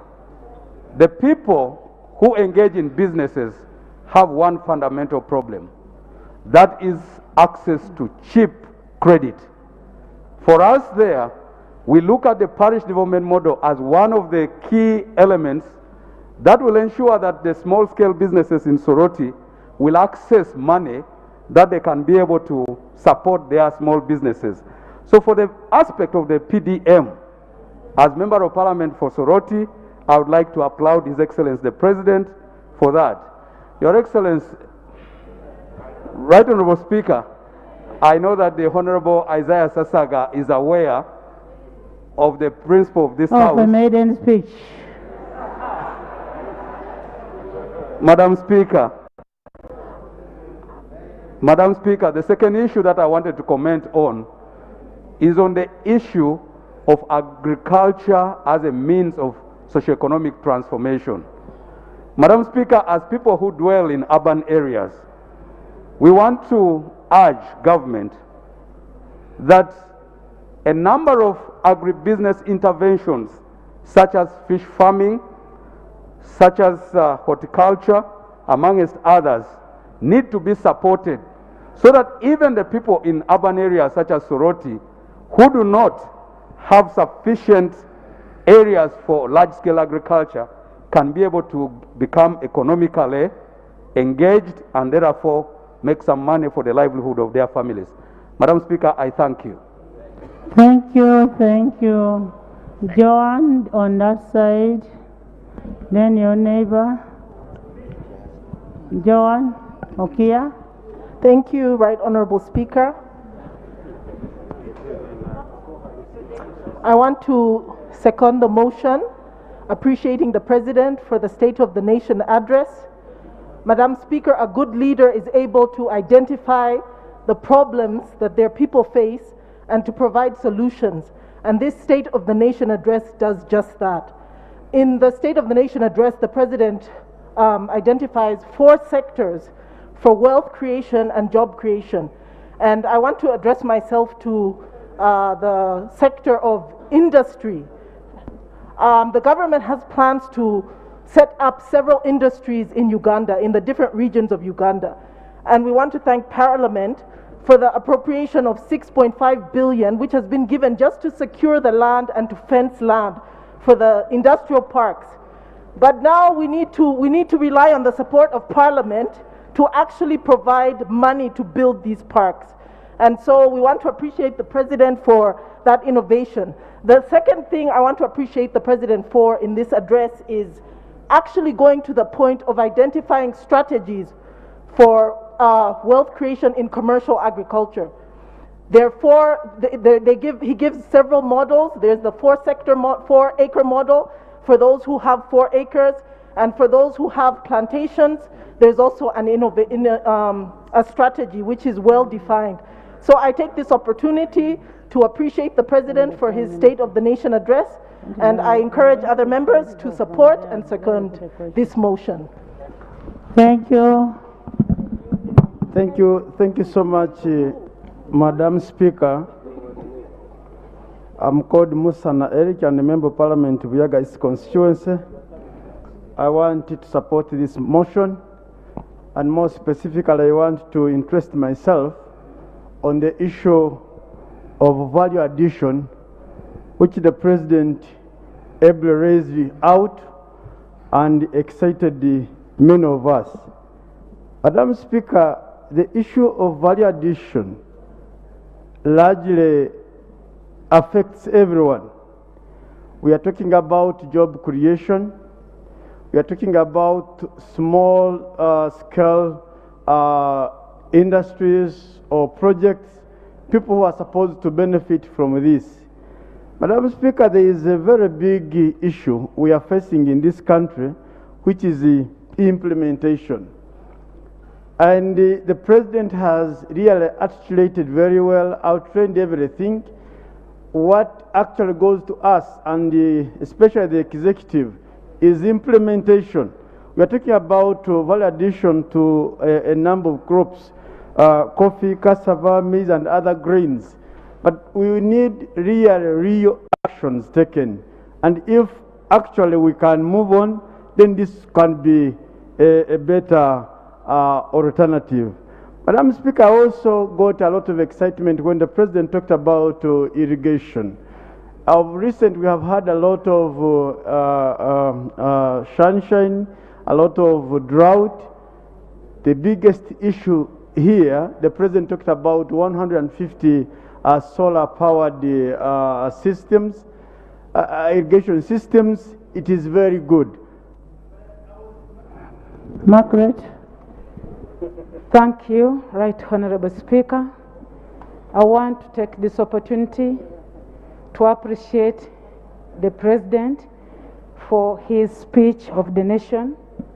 Right Honorable Speaker, I'm the chairperson, Uganda Parliamentary Forum for Children, and I have an area of concern and interest when it comes to food security. Because we are aware as a country, when we do not have enough food, the most people who suffer first are children. We still have cases of malnutrition in the country, and we are the basket of food in the region. Being the Pearl of Africa, we have all reasons to have enough food. I want to appreciate the President for coming up with the idea of giving parishes money for the parish development model, which can help our farmers. However, Right Honorable Speaker, I have a concern that even if this money is going to our parishes, the water for agriculture, for irrigation, and also when you talk of poultry, piggery, among others, as he's telling us to tell the small-scale farmers to be involved in some of these activities. They all depend on water if they are to succeed. Therefore, I want to encourage us that coming next year, when we are coming up with the budget, let's put some good money to the sector of water so that we can provide water for irrigation across the country. It is not good for us as a country to keep lacking food as we are seeing the situation right now, when surely we have lakes around us. Like in Namaingo, we are surrounded by water, but we are not making use of them. So, Fred. Thank you very much, Madam Speaker. Madam Speaker, I was almost tempted to appreciate the speech. Unfortunately, when I had a second thought, I had to change my mind. Honorable Speaker, you can't talk about Jesus and God and you don't talk about the Bible. If you are talking about trade and farming and you don't talk about... But anyway, were you there when the speech was delivered? Honorable Speaker, I was following because these days we are following on social, we are following on media. So I was following 100%. So Honorable Speaker, I was on Zoom when it was taking place because it is accepted. So Honorable Speaker, when you talk about farming and trade and you don't talk about the source of capital, Honorable Speaker, there is a point lost there. Honorable Speaker, we used to have cooperative banks and commercial banks where our traders could access loans at low interest rates. Those were abolished, and today we were left to the hands of commercial banks, which commercial banks are robbing Ugandans day and night, and they are robbing them naked, or in terms of high interest rates and unfair penalties levied on Ugandans, Honorable Speaker. And then the Bank of Uganda, which is our central bank, doesn't have a clear mandate on how to regulate these commercial banks. They are robbing Ugandans naked, Honorable Speaker. They are robbing Ugandans with high interest rates, with unfair penalties, with a lot of exploitations, Honorable Speaker. How are you?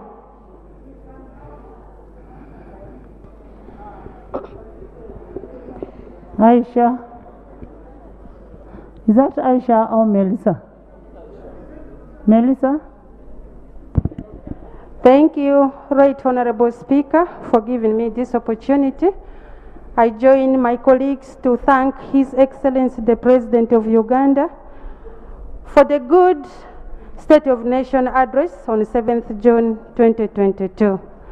Right Honorable Speaker, in the State of Nation address, His Excellency the President stated, I quote, "We intend to use the water of the Chogera River for to support irrigation in Isingiro, the water of Lake Kyoga to support irrigation in Nakasongola district, the water of the Nile to support irrigation in West Nile districts like Pakwach, Nebi, Madiokolo, and Obong." Right Honorable Speaker, I thank His Excellency so much for that, but my prayer is, I know no prayer.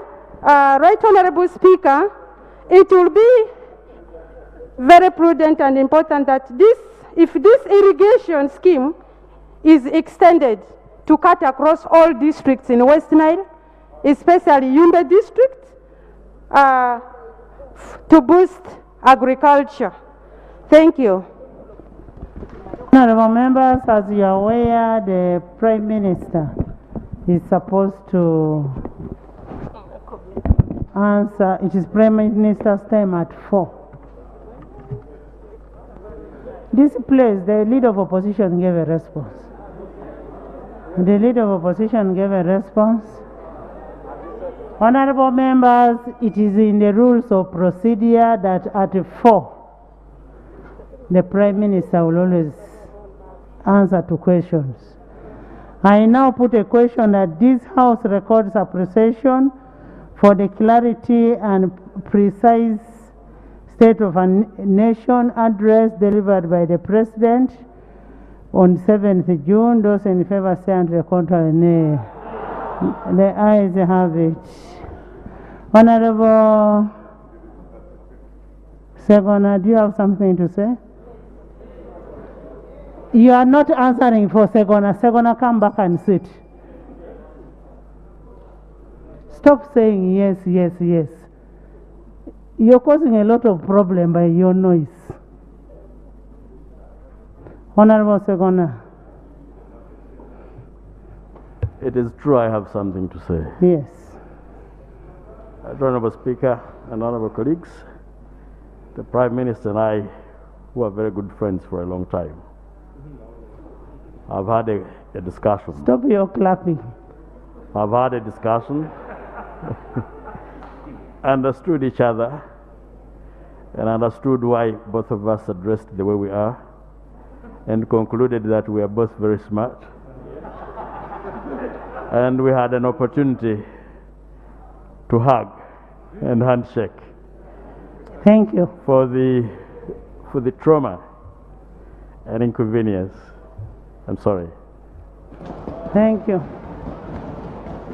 Honorable Segona, I know you are a very decent person. Thank you for that apology. Thank you for the apology. And Honorable Nabanja, sorry for whatever happened. Maybe you cannot say a word.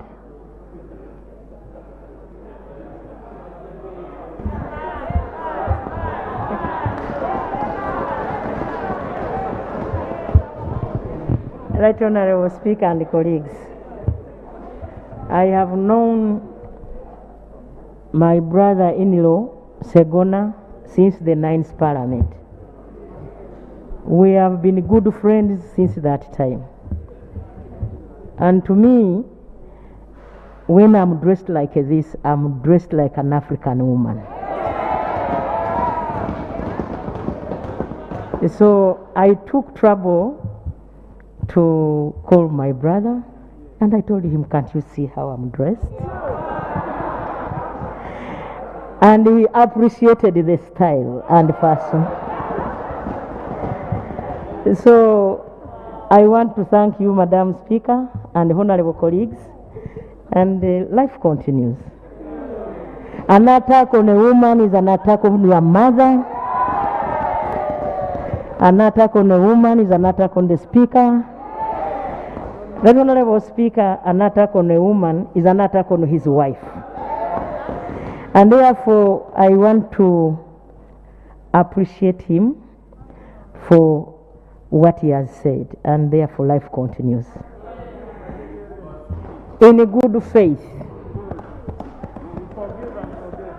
Thank you so much, Right Honorable Prime Minister.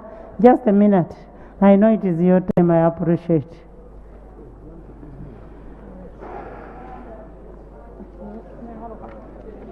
Okay, ma, next item. Item 4, statement by the Prime Minister on government business for the succeeding week, 9th to 11th August 2022.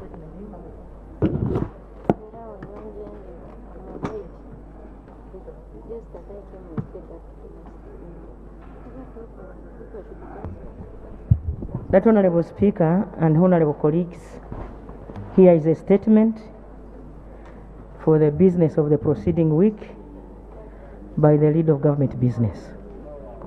Under Rule 28 of our Rules of Procedure that requires me as lead of government business to make a statement in the House regarding government business for the succeeding week.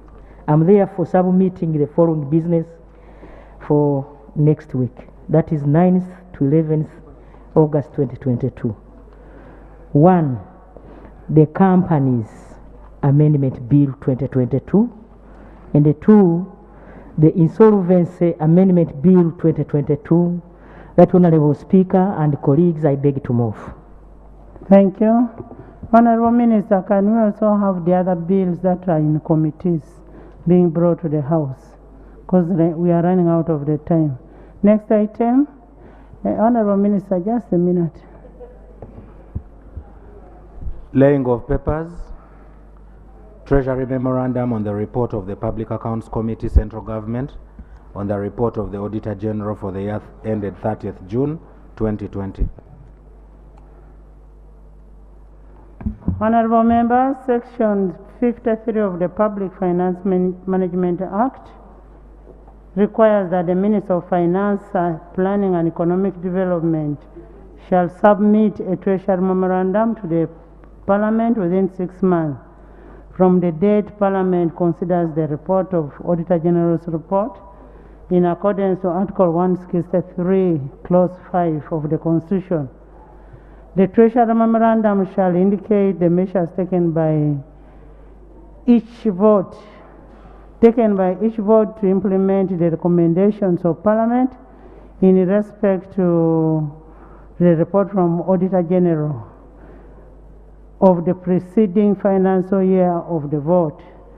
Section 13F of the National Audit Act 2008 then requires the Auditor General to audit the Treasury Memorandum as one of the final stages of the completion of the budget cycle. And today we have a Treasury Memorandum brought into the House, which shall be referred to Auditor General. I therefore invite the Minister of Finance, Planning and Economic Development to lay on table the Treasury Memoranda.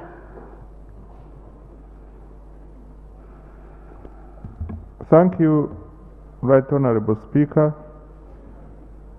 Right Honorable Speaker, I beg to lay a Treasury Memoranda on the report of the Public Accounts Committee, Central Government, on the report of the Auditor General for the financial year ended 30th June 2020.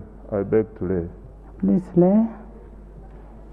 Next item that is referred to the Auditor General. Item 6, Prime Minister's time. Prime Minister.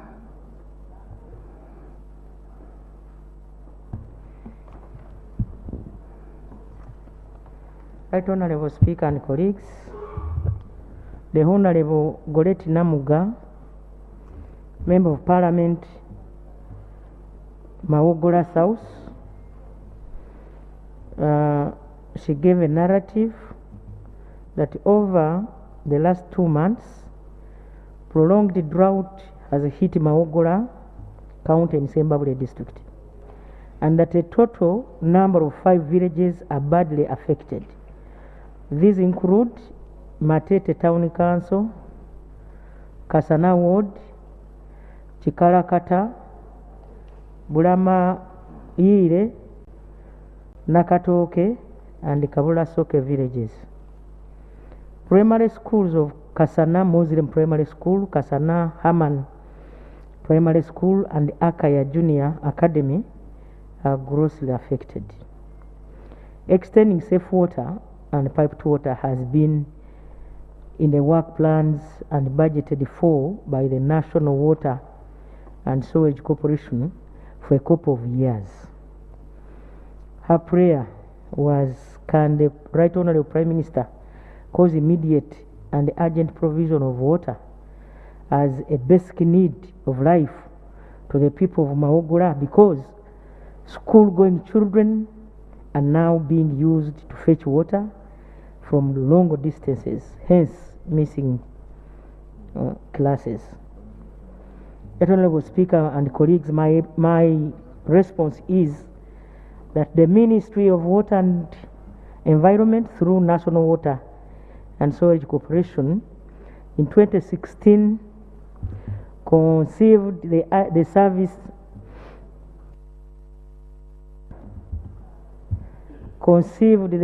coverage acceleration project SCAP 100, aimed at covering all villages in towns operated by National Water.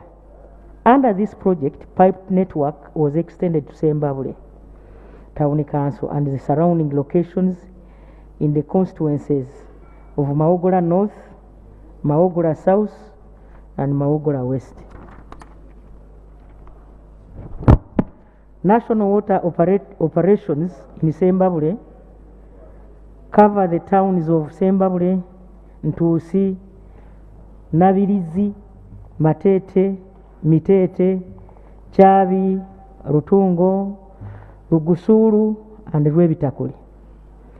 The first conventional water supply system for Zimbabwe was designed to cover the contract part of Zimbabwe Town Council. The Zimbabwe town has a water supply system whose source of water is Choja River, which the rest of the schemes are served from, with the rest of the schemes served from borehole sources. The system was originally designed to produce 300,000 liters per day.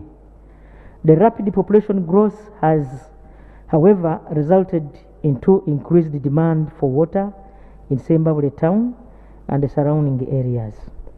In order to provide a longer-term solution to the water supply challenges in Zimbabwe district, the corporation undertook a project aimed at increasing the water production capacity from 300,000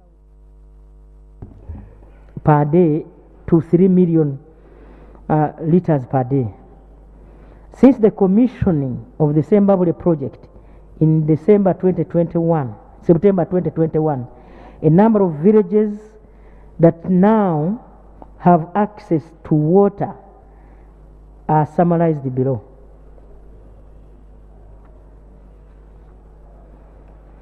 1. A reservoir tank with a capacity of 175,000 liters erected at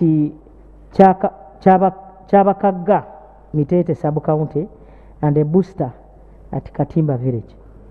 This has enhanced access to clean water in the surrounding villages of Katimba A and B, Kasirye LC, Manyama A and B, Sangara A and B, Mitete A and B, Nabiyagi A and B, Karugukungu A and B, Kiju A and B, and Chabakaga LC.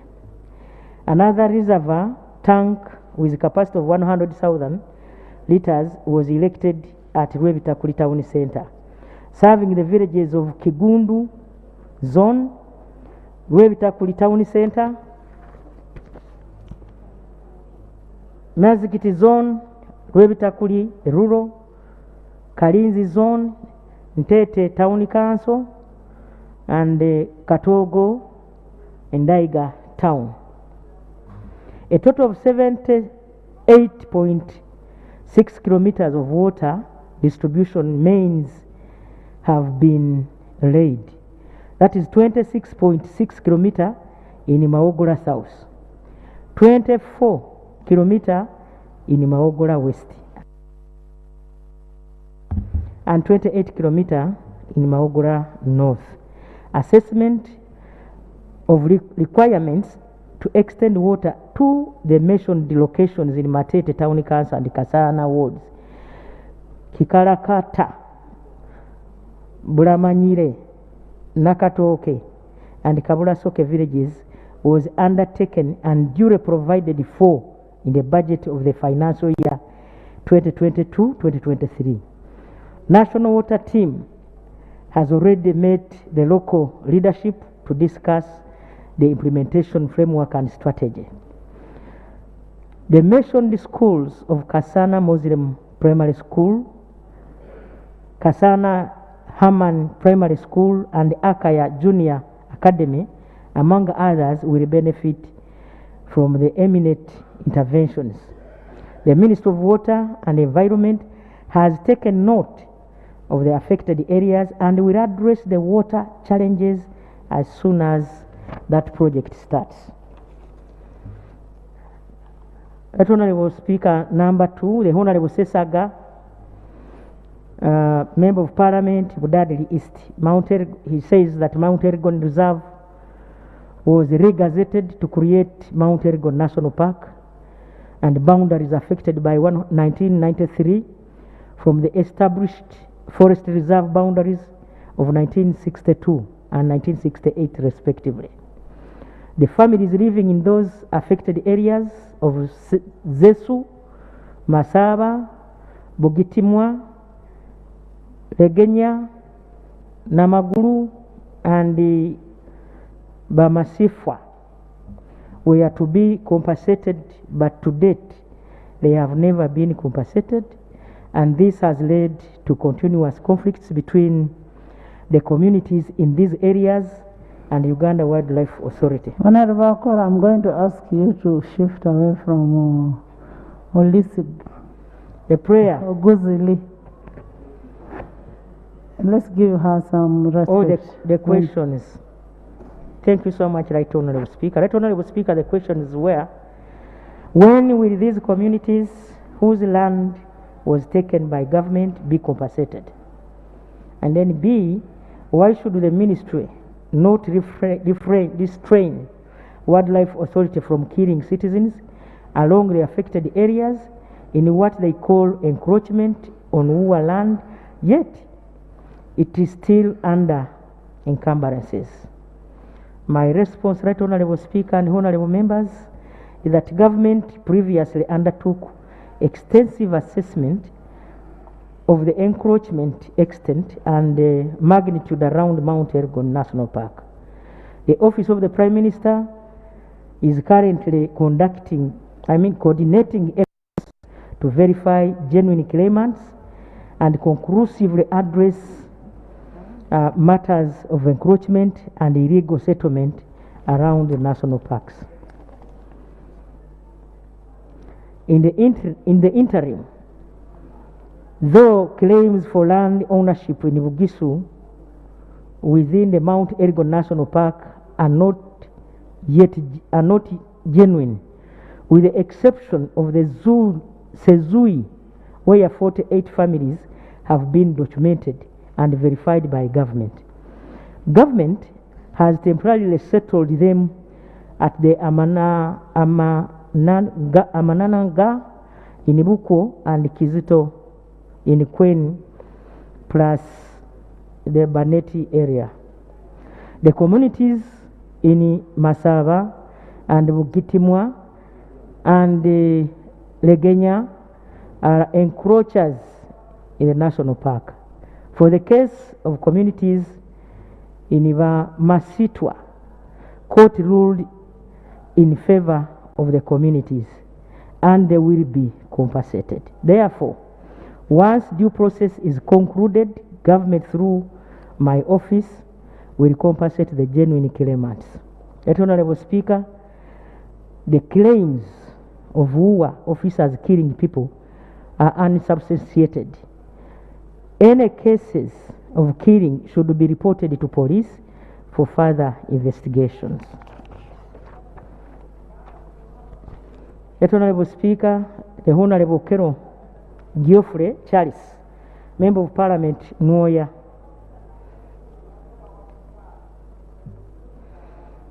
He says he asked that The Uganda Wildlife Act 24 provides for compensation of a person that suffers bodily harm or injury or is killed or suffers damage to his or her prosperity.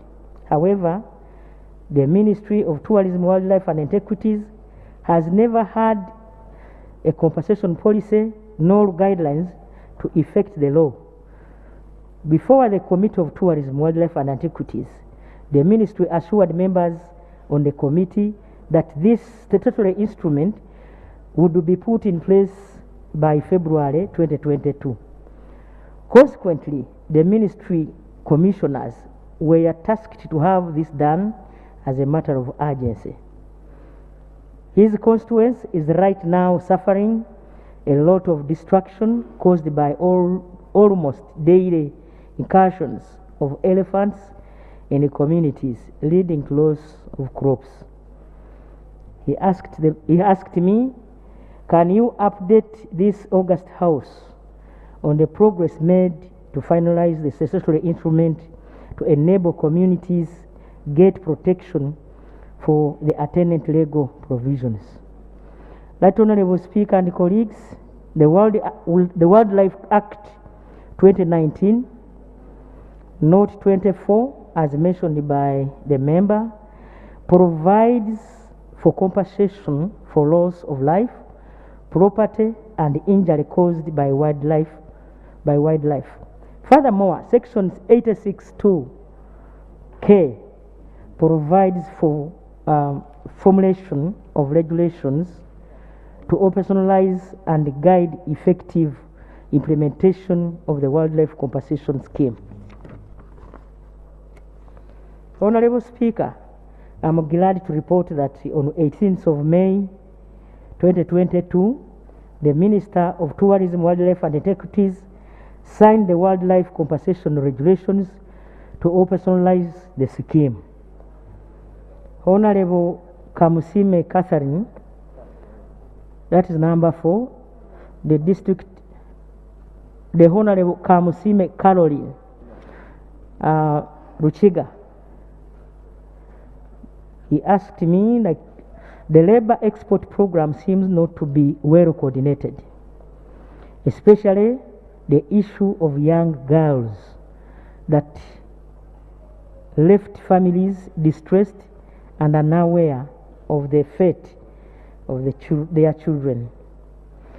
Her prayer, can the Prime Minister give update to the House about this program with attention to the case of one Nyakaisiki Barbara from Muhanga Town Council, Ruchiga.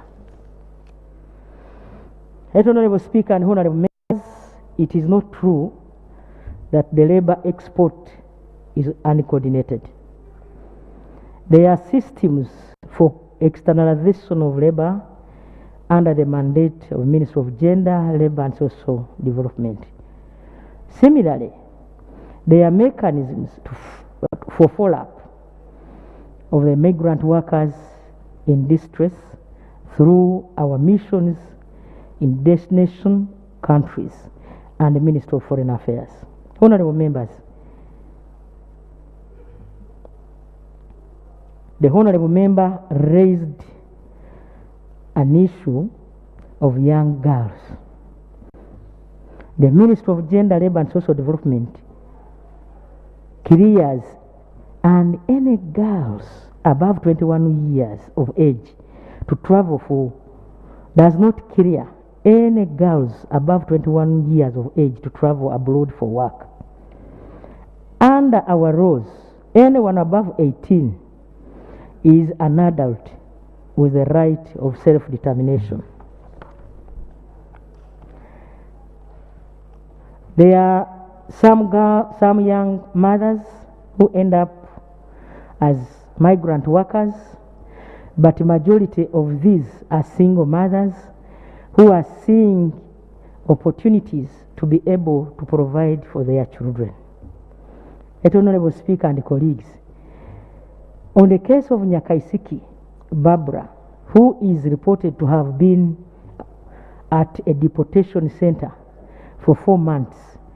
Her presence at the deportation center is an indication of the process of repatriation.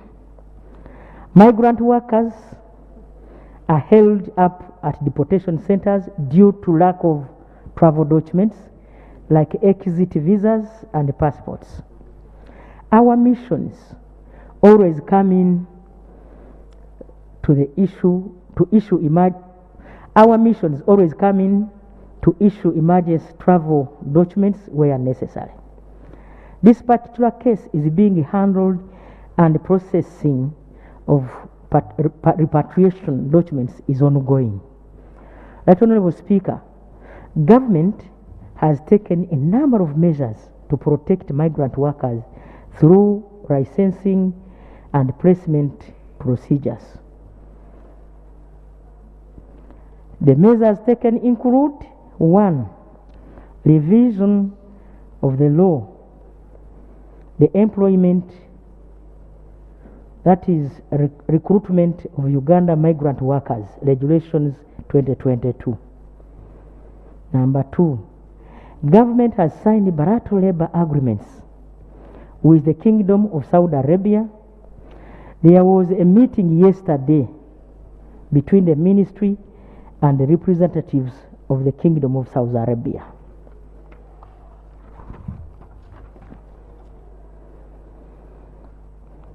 The one of Hashmi, Kingdom of Jordan, was suspended in order to address certain gaps for its implementation. The agreement between Uganda and the United Arab Emirates has not yet taken effect because UAE has not named its representatives on the technical committee, which is a condition of the agreement. The ministry is still engaging UAE government to have it effected. Number 3, verification and vetting of company directors by Joint Intelligence Committee, companies by joint intelligence committees. Companies whose directors are foreigners and all have adverse records are not granted licenses. Number 4, the online system for management of external employment. The online system has digitalized all documents. The online system has digitalized all document processing, including license application and issuance of as well as clearance of migrant workers. This allows real-time transmission of information to the Directorate of Citizenship and Information Control and Uganda's mission abroad. The system has been upgraded to allow distressed migrants workers to digitally report complaints to the line ministry and the Uganda missions using their phones. Right Honorable Speaker, we appeal to Ugandans to go through licensed companies whose details and clearances are done on the External Employment Management Information System, EMIS, managed by Minister of Gender, Labor and Social Development. We have agreed to gazette those licensed companies. Number 6, Honorable Kajwenje Twinomugisha Wilson, Member of Parliament, Nyabusozi, Kiruhura District. Right Honorable Prime Minister, there is a concern of Tsetse fly infestation of the Western Cattle Corridor that had resulted in the loss of lives of people, animals and livelihoods. His prayer is to update this House on the Tsetse fly infestation of the Western Cattle Corridor. Right Honorable Speaker, Government, through the Ministry of Agriculture, Animal Industries and Fisheries, dispatched a team of entomologists to ascertain and quantify the tsetse fly challenge in the areas mentioned by conducting a tsetse fly survey. The survey indicated the presence of tsetse flies in the gazetted villages of Kiruhura district. The survey traps were deployed in 26 villages in Inshara area. The traps caught tsetse flies and other biting flies such as tomax, chrysops, hematopoda, and tabonides, which are also mechanical vectors of animal trypanosomosis nagana.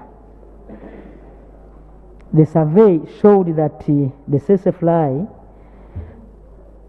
apparent densities were highest in the areas close to the park and around the lake areas, as high as 10 flies per trap per day.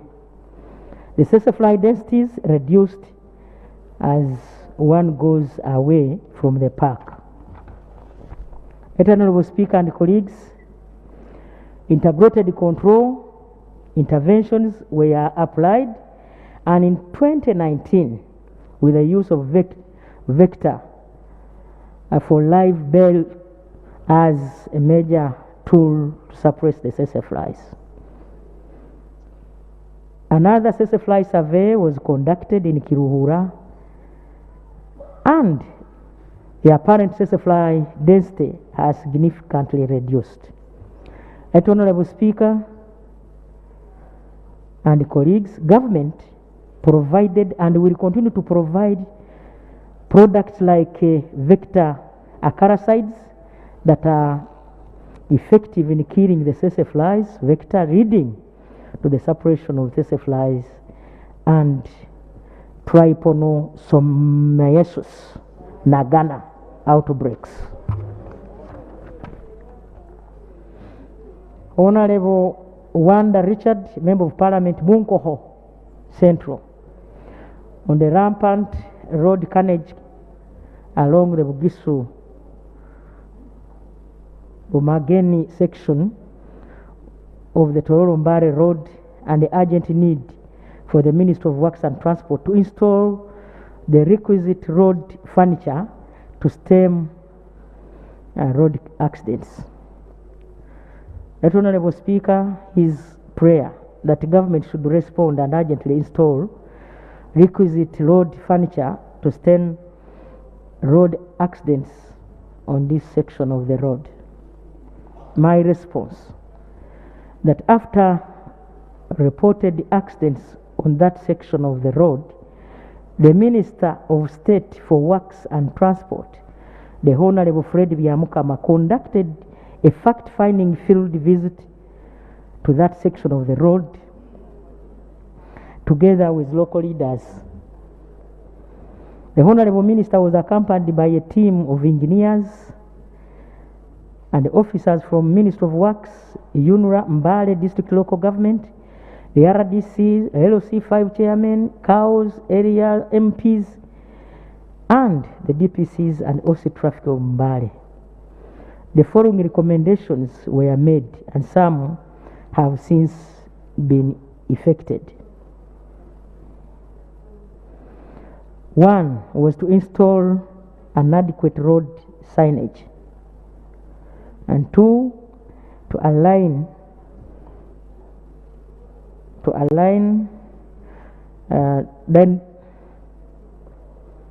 diameters, and three, cheftones, and four, reflective road studs at curve locations to enhance curve visibility, mostly at night. The pedestrian crossing facilities and speed control measures in urban and build-up areas. Number 6, to clear the road reserves of all illegal structures to enhance visibility. And 7, to enhance road user education campaign to all relevant stakeholders. And 8 is UNRA. Number 8, UNRA has installed humps, rambo trips, and signage at 2 locations currently. There is an ongoing 2 locations. Currently, there is an ongoing works at the 3rd location around Manafa Bridge. And the Ministry of Works and Transport and UNRA have continued to carry out road user education and sensitization programs. Number 7. Right Honorable Speaker, we got another question from Honorable Sechanzi Bernard Kitio, Budiebo County, Nakasongola District. He was like, the Right Honorable Prime Minister, I would like to know why Nakasongola District, Budiebo County, cannot benefit from the water bulk project for domestic use, as well as irrigation scheme project for farming, since the above project is a government project and the people of Budiebo County are good farmers who experienced drought every year, yet they are surrounded by the Lake Choga, which is the same source of domestic water bulk project, which is ongoing now. And it can even serve farmers in terms of irrigation, where government can generate more revenue. Right Honorable Speaker, my response is that Cabinet took a decision recently to integrate water for agricultural production, infrastructure, and holistically support irrigation, aquaculture, livestock industry, and domestic use. A number of water harvesting and storage facilities are being constructed to promote year-round availability for agricultural production, year-round availability of water for agricultural production and other related uses. The government has taken an initiative to abstract water from lakes and rivers to support both agriculture and other domestic uses. For the case of Nakasongola District, government has been constructing many water harvesting and storage facilities in the district from Lake Choga. This has suppressed the high demand of water, mostly for livestock, despite the prolonged drought. Government has also abstracted water from River Kagera to supply the districts of Isinjiro, Rakai, and the surrounding areas. Ministry of Water and Environment provides water up to the gate, and the Ministry of Agriculture, Animal Industry and Fisheries takes it to the farm. The Ministries of Water and Environment and Agriculture, Animal Industry and Fisheries have been coordinated by my office to work together to make sure that this is effected. Right Honorable Speaker and members, I beg to move.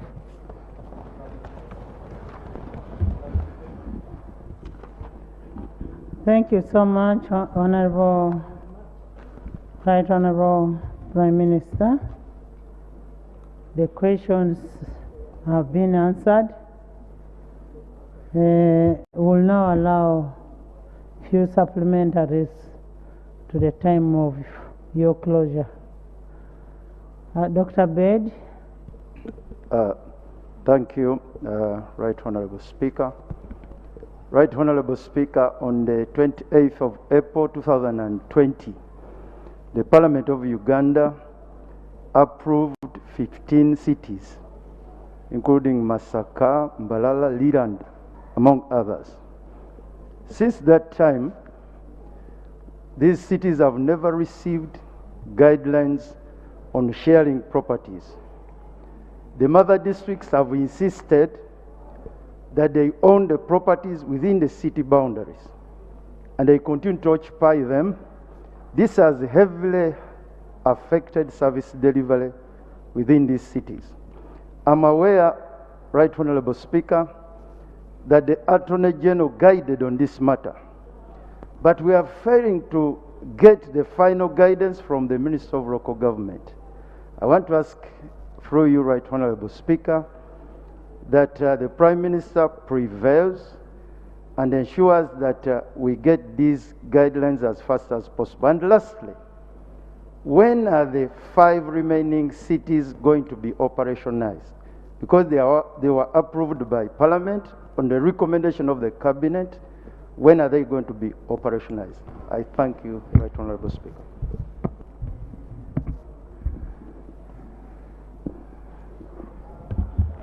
Right Honorable Speaker and colleagues, now that I have the Minister for Local Government here, I request that you allow me, through her, give the answer to my brother. Honorable Minister.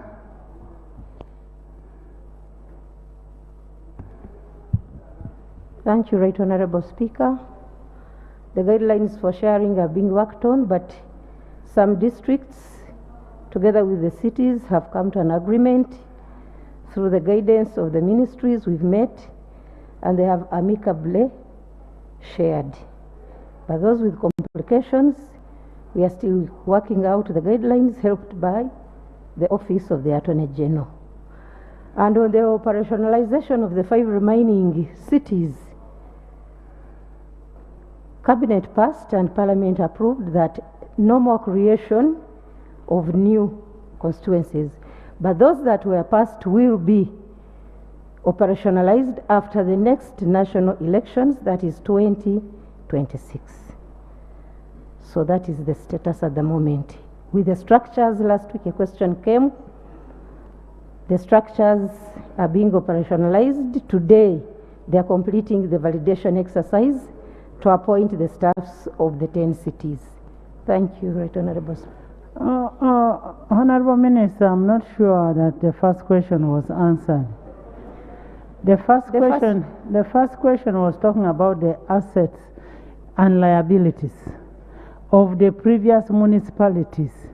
If you look at Soroti municipality was as it is, but then it was divided to Soroti East, Soroti West.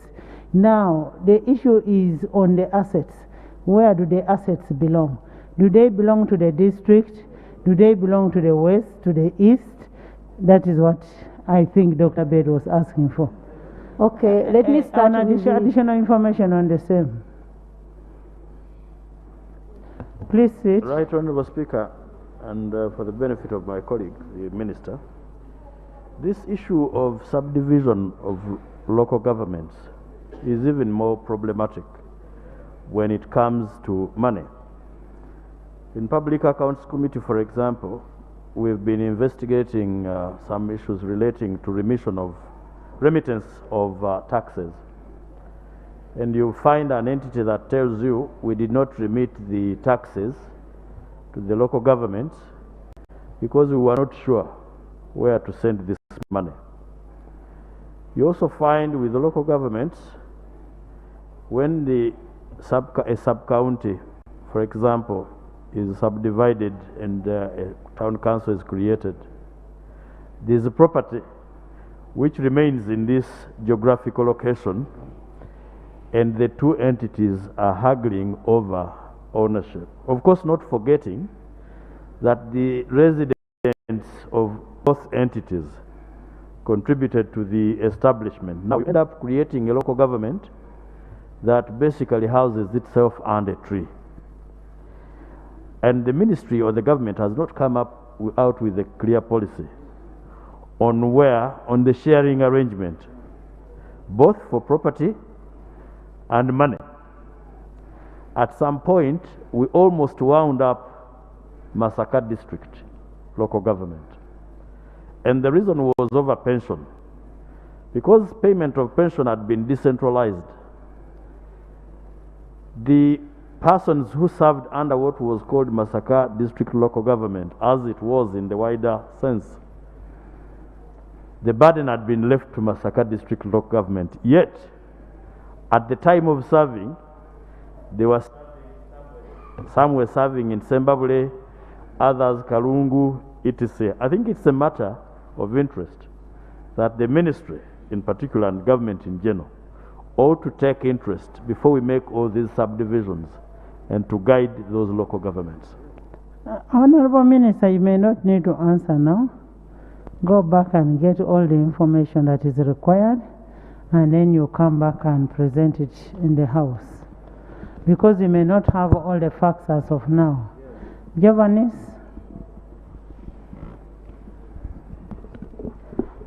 Thank you, Right Honorable Speaker, for the opportunity. My concern is on tamaking of Kashonji-Rumba Road.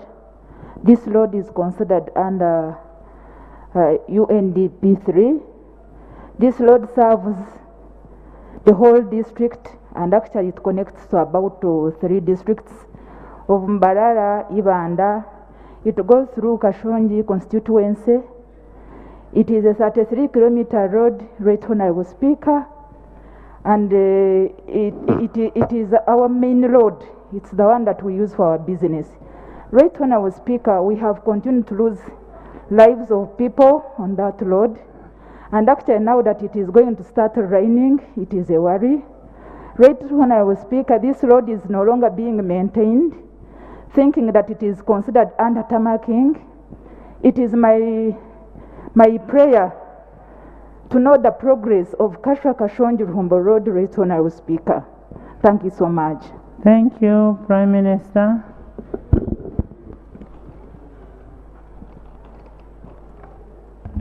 Right Honorable Speaker and colleagues, I will get reports from the Ministry of Works under UNRA and come and report accordingly.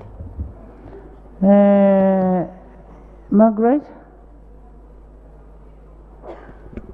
Thank you for the opportunity, Right Honorable Speaker.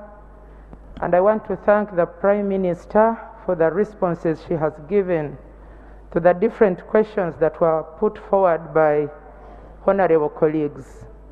My issue follows what Honorable Namuga had presented here about water in her area. When the Prime Minister was responding, the solution was rotating about the national water, which is mostly supplied in urban centers. Most of us here represent rural areas where National Water and Sewage Corporation does not reach. As the rains have begun, yes, but the water still is not good for people's consumption. It's my prayer through your office, Right Honorable Prime Minister, that primary schools and secondary schools are provided with water tanks to harvest rainwater so that these children get good drinking water, and they also stop from going to fetch water during class time. I beg to submit. By the way, there is the rural water. I don't know if you are aware of it. That's what we use at our area. It's provided by National Water. Thank you. It's not anywhere in Mbarara district, at least. Right, Honorable Speaker, on that very note, you notice that government has a policy literally on everything. For example, in every parish, there is a health center. On another occasion, I will raise the issue of the quality of service provision in those centers. The policy on education, for example, that in every sub-county we need a secondary school. But we've not had a policy on water, especially in those areas that are not serviced by National Water and Sewage Corporation. We used to have a project called Small Towns Water Project, but even that one was limited and restricted to townships. Now, water has been stated, and from the Right Honorable Prime Minister's statement, to be a basic need. Why can't we have a policy on water, and I mean provision of water to each and every village, so that at another occasion when we are discussing the budget on water, we know how much it costs the country to have water in every village. Now the policy is simple. For example, where there are boreholes, they are serviced by MPs. When it breaks down, they call the Member of Parliament. Now it stretches us, but not only stretching us. As an honorable member mentioned, sometimes children don't even go to school because they have to spend 3 hours looking for water. At some occasion, we had a meeting with the Minister for Water then, Professor Ephraim Kamuntu, and he said something. It sounded comical then, but I reflected and thought it made a lot of sense. When they were extending water in Wachiso Town Council, he said, we are extending water because we want the citizens to use their heads to do better things. That head which was given to a human being is not for carrying water. It is for thinking and developing the country. So I would love to see a day when government comes up with a policy to allow people to use their heads for better things than carrying water. Thank you. Thank you, Honorable Semuju. Segona. Right Honorable Speaker and colleagues, the President, through Cabinet, in January this year, directed that we should have a well-designed policy so that we can have a water source in every village. And Right Honorable Speaker, we are doing exactly that. And I promise on behalf of government that we shall provide water in every village.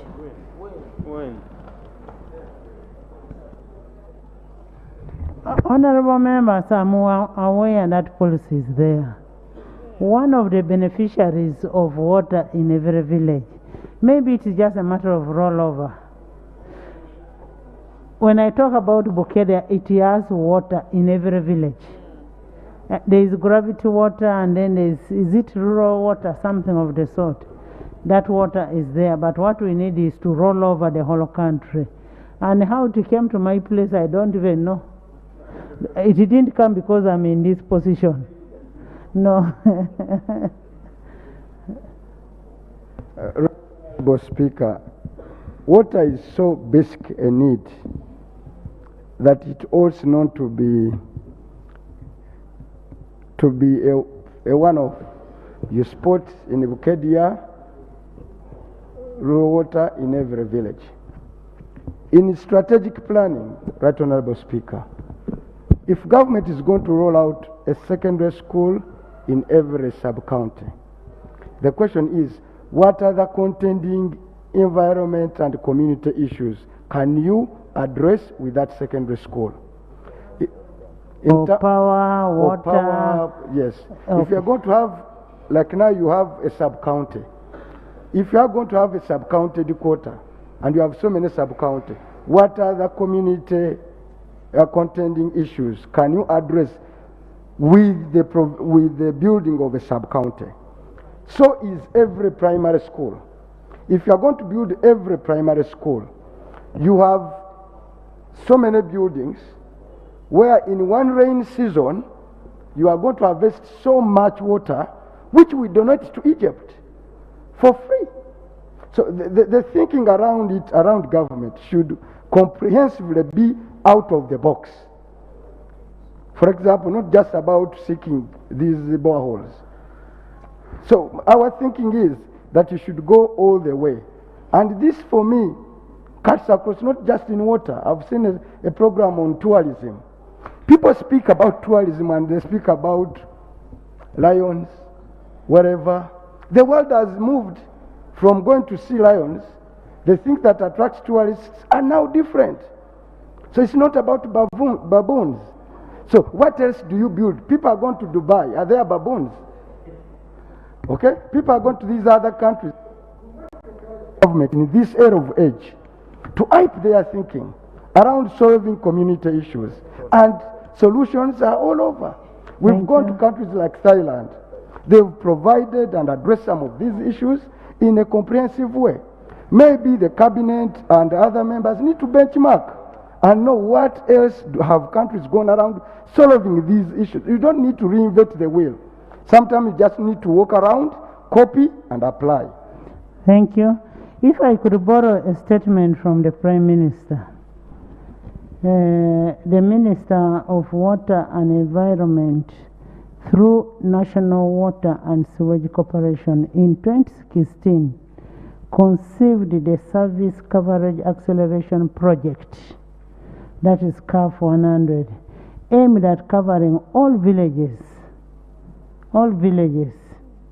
in towns being operated by National Water. That is 2016. The idea is there, everything is there, it's just the face of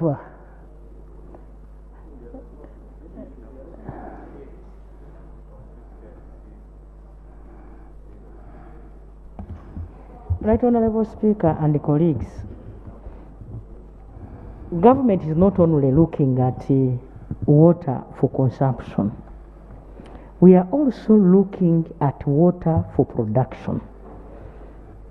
Like you heard my statement, we have agreed that wherever we have bulk water production, the Ministry of Water and the Ministry of Wildlife, the Ministry of Agriculture, Wildlife for animal consumption, the Ministry of Agriculture for fisheries and also irrigation. Colleagues, you have an avenue as members of Parliament to come and help. We are all in government, so that we all put our ideas together and make this country work. Thank you so much.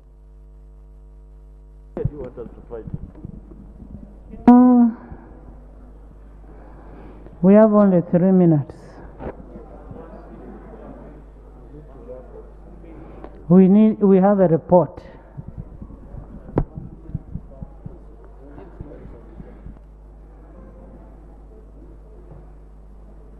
Right Honorable Speaker, in the Prime Minister's statement, there is the one on wildlife, where I find... So you're covering the 3 minutes, so that we go to the report. Yes. Remember, the rules are very clear, 1 hour. Yes, Right Honorable Speaker, and I will be very precise. The Prime Minister, while talking about people killed in wildlife parks, said that they are unsubstantiated, and therefore, and urges citizens to go and report to police for investigation. Right Honorable Speaker, the government has the machinery, once an issue has been brought up, to do comprehensive investigation. This is about extrajudicial killing. That answer, Right Honorable Speaker, I find it fairly inadequate. Is that you should have taken a little more care to move the machinery of government to ascertain the truth. An MP has brought to the attention of government that people are being killed. This is about life. A person killed has a mother, or is a son, or is a daughter of another person. So, Right Honorable Speaker, I find your answer not fairly satisfying. I'm not going to speak a lot. The other issue that I find that I needed to react on is the one of which she touched. Please, this government, we want to urge you. Next time round, you want to create constituencies. Let it be comprehensive. The country is going to go for a national consensus. Don't bring the national consensus towards the election, so that the results of it don't inform the demarcation of constituencies. We need equal representation for equal number of people. Others for affirmative action, yes, you can, that need to be addressed, but we need equal representation. Honorable Segona here represents now over almost a million people. Honorable Senyonyi, and when you look at my constituency, it's fairly small. So we want equal representation for equal number of people. That's why democracy will have a meaning. I thank you. Thank you so much. Thank you for answering the questions ably. And I want to thank you for also answering the supplementary questions. Next item.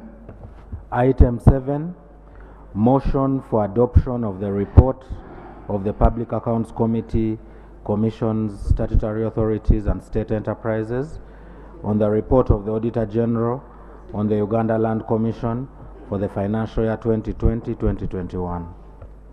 Thank you. Procedure. Madam Speaker. You're standing on what? Are you the chair or what? What? You're standing on what? Procedure or you're the chair of the committee? You're standing on procedure. Okay. Madam Speaker, I want to appreciate your leadership and thank you, Madam Prime Minister. I raised on a procedural issue. Madam Speaker, in regard to your directive that you gave to government, when I raised the issue of your people in Tsetse that entirely depend upon the border market, Mpondo Rubidia is not the only border market in Uganda. We have so many or multiple of them across the country.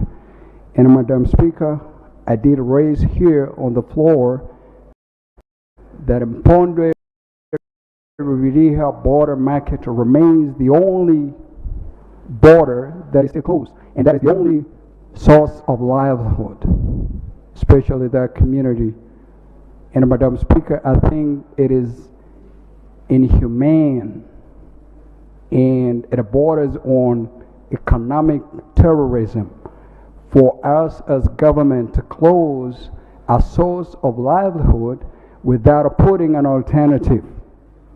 Madam Speaker, you did also was moved when I heard and I presented before this Parliament that while other communities are allowed to sell or trade in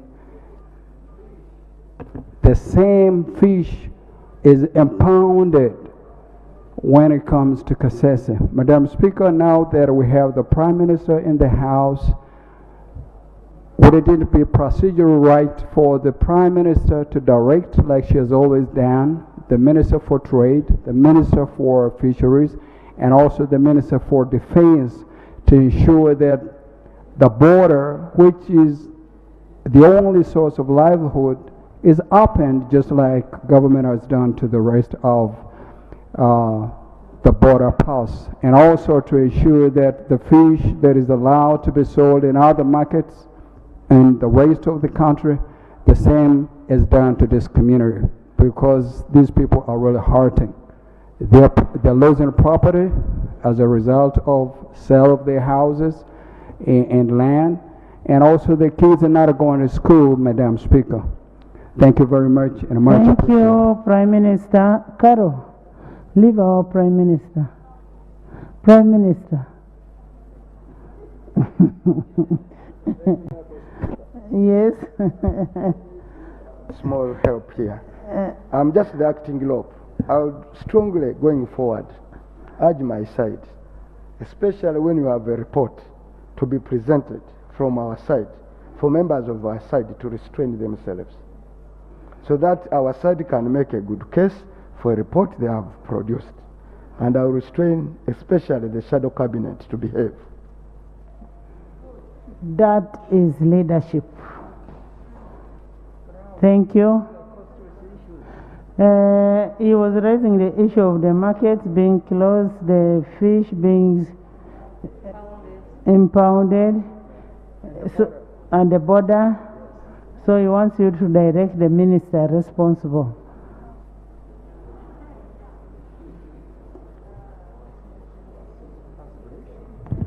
Honorable Speaker and colleagues, I have been following up this matter. That must be Mpondwe market. Now, my brother is aware that I was supposed to go to Mpondwe Market sometime in March, but I didn't go because I was doing something else, but I sent a representative. The Minister of Agriculture, Animal Industry, I remember I was represented by Honorable Bright Wamirama, and the Attorney General and Minister of Trade have been on site. Honorable Speaker, we are handling the matter, and a conclusive report will be brought. Thank you so much. Next item. Next item. Next item. Motion for adoption of the report of the Public Accounts Committee, Commissions, Statutory Authorities, and State Enterprises on the report of the Auditor General on the Uganda Land Commission for the financial year 2020-2021. Honorable members, under Article 163, Clause 5 requires Parliament to consider and pronounce itself on the report of the Auditor General, which was duly presented and laid on table 6 months back on their submission. Regarding the particular report, I wish to guide as follows. This report is only on Uganda Land Commission, which is just one out of 121 entities under the preview of PAC Kosase. Whereas I welcome the report, I urge the committee to exercise a greater efficiency and effectiveness in consideration of the reports that have been presented to them by the Auditor General, putting in mind the constitutional requirement of 6 months. If the reports pass the 6 months, then we automatically adapt it in this house. Ordinarily, I wouldn't tolerate this fragmentation of the Auditor General's report, but for today, we will receive your report, and after receiving your report, I am giving you 3 weeks to report on all the other entities that are before you, and we need them in the House. Take it as a priority. In the meantime, pursuant to Rule 1815 of the Rules of Procedure, I invite the chairperson of Kosase, Park Kosase, to present the report. We'll debate it, and then we either adapt or we don't adapt. Please, Chair. Thank you, Right Honorable Speaker. I do take your guidance, Madam Speaker. And I want to appreciate you, Madam Speaker, because I saw the letter that was written by yourself to the Auditor General when we complained that instead of the reports coming in December, they came this year, around April. So we did not have adequate time to start, but I'm glad you're giving us support to see to it that the Auditor General avails those reports early enough so that we start, because when the reports are not here, we are unable to start. So I thank you. Madam Speaker, I rise to present the report of the Public Accounts Committee on Commissions, Statutory Authorities and State Enterprises, COSASE, on the report of the Auditor General on the Uganda Land Commission for financial year 2020-2021. And before I start, Madam Speaker, I beg to lay on table the original copy of the report. I also beg to lay on table minutes of our different committee meetings regarding this report. Please lay. And Madam Speaker, as you guided me, I'll not read the entire report due to time. We shared it with colleagues. I'll be skipping a couple of things here and there.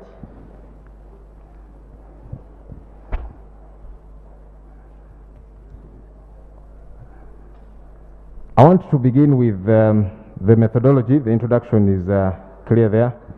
We held meetings with a couple of officials, who are listed on pages 4 and 5 of the main report, as members will be following.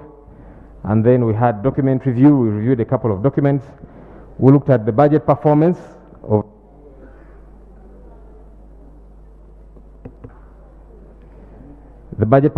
ULC, and that's indicated on pages 6 and 7 of the report for members. Let me move to committee findings, Madam Speaker. Prior year matters not adjusted. The Auditor General noted that 15 billion in relation to overstated payables and unrecognized receivables of 3.96 billion in the previous financial statements were not adjusted as advised in the previous audit report. There was a response from management. I'll urge members to look at that. Let me move to our observations. The failure to adjust the financial statements implies that they are erroneous, inaccurate, and misleading. 2, there was an intention to commit fraud by overstating figures by 15 billion shillings. 3, the overpayment of 3.966 billion tantamounts to embezzlement. Our recommendations, Madam Speaker, we recommend that Ms. Barbara Imario, the then accounting officer, and Mr. Isabelle Siraj, the head of accounts, should be prosecuted for attempted fraud of 15 billion shillings. 2, the then accounting officer and Mr. Isabelle Siraj, the head of accounts, should be prosecuted for embezzlement of 3.966 billion, and the amount should be recovered from them. Number 3, the current accounting officer should make the relevant adjustments to the financial statements to reflect the correct position. I'll move to supplementary expenditure of 21.25 billion. The committee also learned that ULC got a supplementary of 21.25 billion, consisting of 2.3 billion and 18.9 billion, and paid it to Church of Uganda. Now, the 18.9 billion was not part of the obligation to ULC. The committee was informed that it was reportedly as a result of a request by Church of Uganda to the President to help them clear an outstanding bank loan with Equity Bank. The money was channeled through Uganda Land Commission, and there is an attached letter to the main report. Our observations, Madam Speaker. The supplementary that paid the loan of Church of Uganda was not requested for by Uganda Land Commission. The said money has subsequently affected the budgetary releases of ULC. So whenever they ask for more money, they say, but we already gave you this amount. ULC was used as a conduit to transfer funds to Church of Uganda. ULC disbursed money which was not meant for them, and this was procedurally improper. Our recommendations: the accounting officer should institute measures to ensure strict adherence to accounting standards and the Public Finance Management Act.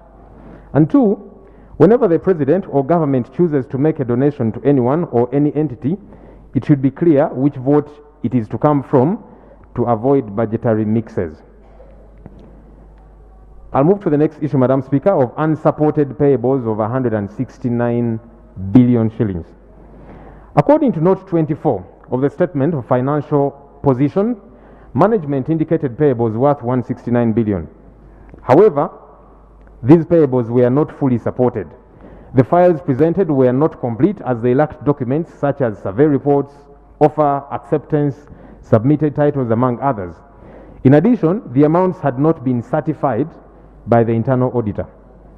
Management explained that the Commission is building a database to enable capturing accurate areas of payables and revenue for previous years going forward. I'll quickly run to our observations, Madam Speaker. The committee noted that there were no supporting documents for the payables, which posed a risk of potential financial loss arising from fictitious payables. Then the lack of a comprehensive database is attributable to the mess encountered in the payables system. We recommend, Madam Speaker and members, that the accounting officer should expedite the setup of the database and also have the payables verified and certified, which should be settled to avoid litigation. Number 2, outstanding payables should be halted for payment until all the supporting documents are provided. These supporting documents are what justify what you're paying for, otherwise then it becomes fictitious. 3, the Office of the Auditor General should carry out a special audit on payables within 1 month after the adoption of this report. Madam Speaker, it's a lot of money. We're talking about 169 billion. So for it not to be justified, we think that there should be a special audit, a quick one, to save taxpayers' money. Number 3, Madam Speaker, prior year unrecognized payables during the year of the audit. A review of the payment records revealed that 1.2 billion was paid for outstanding arrears that related to the prior year, but were not recognized in the prior year financial statements as payables. The current year's financial statements were misstated as a result of understanding payables in the previous year by the same amount. What this means, Madam Speaker, is the payables for the previous year, which were meant to be taken care of, for the year when they paid this money, they introduced these amounts, yet they were not part of the previous payables, which was problematic, and so it was queried. So we were informed that the beneficiaries included Mr. Pius Bigirimana, payment for compensation of Bulemezi County, Nakavito and Nachigoza village, a total of 304 million shillings. Then Kafero and Company Advocates, payment for arrears for legal costs, that's 397 million shillings. Then Mr. Pius Bigirimana again, another payment of 191 million. Kafero and Company Advocates, 367 million, and another to Kafero and Company Advocates, 22 million. Our observations, Madam Speaker and members. ULC paid money irregularly, purporting it to be part of the previous year's payables, whereas it was not. ULC till now has failed to adjust the financial statements as recommended by the Auditor General. Madam Speaker and members, we recommend that the special audit, which we earlier on recommended, should cover this query as well. The 169 billion and then also this 1.2 billion. Let me quickly move to key audit matters. I'll leave that for members to read for want of time. Then there is absorption of funds, and I refer members to page 13 of the main report to look at. Then quantification of outputs and activities. I'll also ask members to refer to the committee findings on the main report. I'm trying to rush as you had requested me, Madam Speaker. I'll move to unsupported domestic arrears payments worth 14 billion shillings. It was noted that 14 billion shillings expenditure lacked the necessary documents to support the completeness of the payment transactions. There was a risk of possible financial loss through fictitious payment due to lack of supporting documents. Further scrutiny of the expenditure revealed that 27 persons were paid 6.7 billion, but they were not on the validated list of domestic arrears. Furthermore, 9 persons were paid a total of 1.15 billion, whose claims had been rejected by the Internal Auditor General. And there's a management response on page 16 of the main report. Our observations: ULC did not provide supporting documents for these payments, which were made. We recommend, Madam Speaker, that the then accounting officer and the commissioners should be held responsible for the unsupported domestic arrears payments of 14 billion shillings. We also recommend that the 14 billion shillings should be recovered from the then accounting officer, Ms. Barbara Imario, and the then head of finance, Mr. Siraj Isabiri. Number 3, the accounting officer, the current one, should always ensure that payments are supported with the requisite documentation. Otherwise, then, it is fraud, because if money has been paid, legally so, the documents should be available to justify. I'll quickly move to doubtful payments to beneficiaries worth 5.215 billion. A review of the payment file in regard to domestic arrears revealed that a sum of 5.2 billion was paid to various claimants for the same pieces of land for the same amount. In some instances, different pieces of land for different claimants compensated lacked description of the plot numbers. In addition, there were no authorization minutes on files clearing the payments, contrary to Commission guidelines. We observe that there is a risk that inaccurate payments were made for ineligible claims. In addition, the payables ledger balances may be inaccurately stated. Our recommendations, Madam Speaker and members: the then accounting officer and the commissioners should be held responsible for the unsupported domestic arrears payments of 5.2 billion shillings. then the 5.2 billion should be recovered from the then accounting officer, Ms. Barbara Imario, and the then head of accounts, Mr. Siraje Isabire. These two were operating together, Madam Speaker.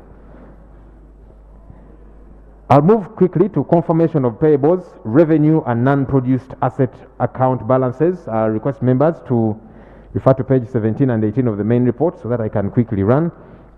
Let me move to irregular award of supplementary budget worth 10.62 billion. The process of the initiation of the request of the 10.6 billion supplementary budget for land compensation was canvassed by the Parliamentary Ad Hoc Committee on Land Compensation.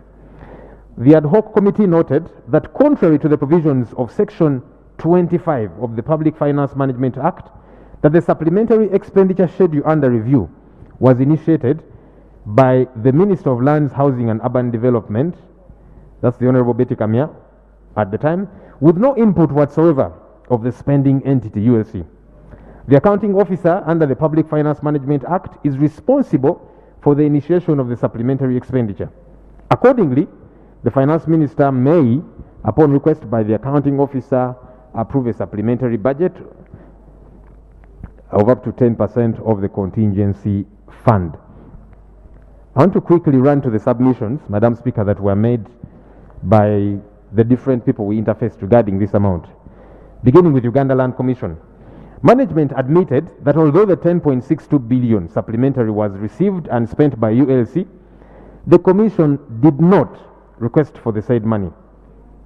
Parliament had authorized and approved the award of the expenditure according to the table there, and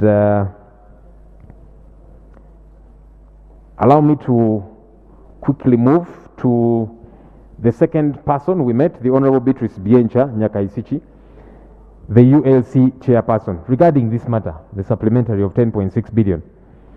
She informed the committee that as chairperson of the commission, she was not consulted at all regarding the request for the supplementary budget, and neither was the commission. She informed the committee that the commission had several pending claims, some of low amounts, and others that had remained unpaid over the years. She stated that although ULC needed the money to pay claimants, it should have been paid to the claimants that were high on the priority list. The ULC chairperson further informed the committee that Honorable Betty Olive Namisango Kamya, the then Minister of Lands, Housing and Urban Development, had requested for a supplementary of 12 billion, but was only given 10.6 billion. Now, according to the chairperson of ULC, Ms. Barbara Imario, the ULC secretary, paid without the authority and approval of the commission the following people. There was Kosia Rabkurukuru family, and she states that some parts of the said land had already been disposed of and vested in third parties. There was Julius Busulwa, the absentee land owner, who had already been compensated. Then Natalia Namuli, who was non-existent. According to her, the only genuine claimant was Stephen Peter Nagenda, arising from a court order. The commission members in their interaction with the committee also stated that they did not approve the said supplementary. I'll move now to Honorable Betty Olive Kamya, who was the Minister of Lands, Housing and Urban Development at the time. She informed the committee that one, she did not initiate the supplementary, but wrote to the Minister of Finance, Planning and Economic Development to provide funds to ULC to settle compensation for some land acquired by government to ease tension between landowners and claimants. When the matter was discussed, the chairperson of ULC protested vehemently, and the House appointed an ad hoc committee to investigate the matter, and based on the committee report, Parliament approved the funds. She also said that the 6 claimants, she considered the 6 claimants because they are the ones who appealed to her, while one was through a presidential directive and one through a court order. The other is a bit of a breakdown of those figures. Allow me, Madam Speaker and members, to move to number 4, the Honorable Matia Kasaija, Minister of Finance, who also came before the committee. In a letter dated 12th March 2021, the then Minister of Lands, Honorable Betty Kamya, noted the outstanding presidential directive to settle various claims for land compensation. She therefore requested the Ministry of Finance to provide funds amounting to 12 billion to Uganda Land Commission to clear the claims, and the letter is attached as Annex 4. The finance minister stated that he never saw a copy of the presidential directive, but went ahead to submit the supplementary out of trust for Honorable Betty Kamya. He told the committee that with hindsight, he never should have proceeded without first seeing a copy of the presidential directive. Then, in line with the request of Honorable Betty Kamya, supplementary funding of 12 billion was eventually included and submitted to Parliament for consideration. With your permission, Madam Speaker, I will quickly move, for want of time, to Mr. Keith Muhakanizi, who also interfaced with the committee. He was the permanent secretary and secretary to the Treasury at the time this happened. He informed the committee that he was out of office on sick leave at the time the supplementary was handled. His deputy, Patrick Ochailap, was the one in charge at the time. However, he said that he was still the secretary to the Treasury at the time and admitted that he takes overall responsibility of whatever happened, but not personal responsibility. Madam Speaker and members, allow me to now move to Mr. Patrick Ochailap, the deputy PSST who was in office. So he was the one holding fort at the time when his superior was away on sick leave. He told the committee that to avoid challenges for ULC, the right procedure should have been for the supplementary request to be initiated by the Commission and not by the Lands Minister. He also conceded before the committee that he never saw the presidential directive which was mentioned by Honorable Betty Kamya, and that he should have insisted to first get a copy of the directive before proceeding. We also interfaced with Mr. Lawrence Semakula, the Accountant General, and he explained a couple of things. I want to skip that with your permission, Madam Speaker, and move to inquiry on the validity of the claims and status of the beneficiaries. Whereas Parliament had recommended and approved the payment of 10.62 billion to the selected beneficiaries, the committee deemed it prudent to ascertain whether the money was paid to the rightful claimants. The first claimant, Miss Natalia Namuli. She was a claimant in respect of land located at Chamukama, Buyaga County, Kivale District, measuring 516 hectares. The land was first registered in the names of Antoine Kalete. It was transferred in the names of the claimant as an administrator of the estate of the late Antoine Kalete. The said land was valued at 2 billion 39 million shillings. The claimant was purportedly paid 450 million as the first installment through her lawyer, Luvega, Buzivira and Company Advocates, on 23rd November, and the balance of 1.58 billion was paid on 10th June 2021. Mr. Mugisa Godfrey, who was also cleared, he stated he was a legitimate claimant who had sold his land to ULC at 1.5 billion. I'll move to the late Kosia Rabukuru Kuru family. This claim was presented by the children of the late Rabukuru Kuru family, whose estate administrators are Kajwasa Catherine, Annette Kasimbazi, Rabukuru Benon, and Penina Kensheka. This land, located at Chiungu Shema, comprised of 3 plots, one valued at 1.9 billion, the other at 3 billion, the other at 4.3 billion. The total claim for the 3 plots was 9.43 billion. Now, there was another, Mr. Stephen Peter Nagenda, whose claim was initially 600 million. He was paid 140 million, and there was a balance of 460 million. This money was delayed to be paid, so he went to court. Incidentally, Madam Speaker, ULC did not put up defense in this matter. So this gentleman who was meant to be paid 460 million was eventually given awards and costs by court of 1 billion 62 million shillings. Now, even after that, ULC did not bother to appeal, which we found problematic. So our findings on the disbursement of this money. A proper scrutiny of the payment of Natalia Namuli, whose money was passed through the law firm of Lubega, Buzivira and Company Advocates, revealed the following irregularities. The purported Natalia Namuli possessed letters of administration for the estate of the late Kalete Antoine, issued by Masindi High Court under that administrative cause, purportedly signed by Justice Ochan Raphael, dated 18th March 2015. Investigations established that the letters of administration were forged. The case number quoted therein instead belongs to someone else, a one Rutaro Francis Xavier, as an administrator for the estate of Rutaro John Mary. Annexure 6, Madam Speaker, is a letter we attached from Masindi Court disowning that court document, the letters of administration. 3, the name of the judge purported to have signed the said letters of administration did not and does not exist in the record of judicial officers at the level of a judge or any other rank that worked in Masindi at the time. Whereas this document intended to quote the name of the judge that ever worked in Masindi as Ralph Ochan, his name was misspelled as Ochan Raphael. The committee verified from Justice Ralph Ochan, who ably revealed that the letters of administration were not signed by him, and he categorically identified his signature, the signature thereon, as forged. And we have attached a letter which was written by the judge to us, the committee, indicating he didn't sign those documents as is purported, and even the signature that was on the documents was forged. So he shared with us a specimen of his true signature.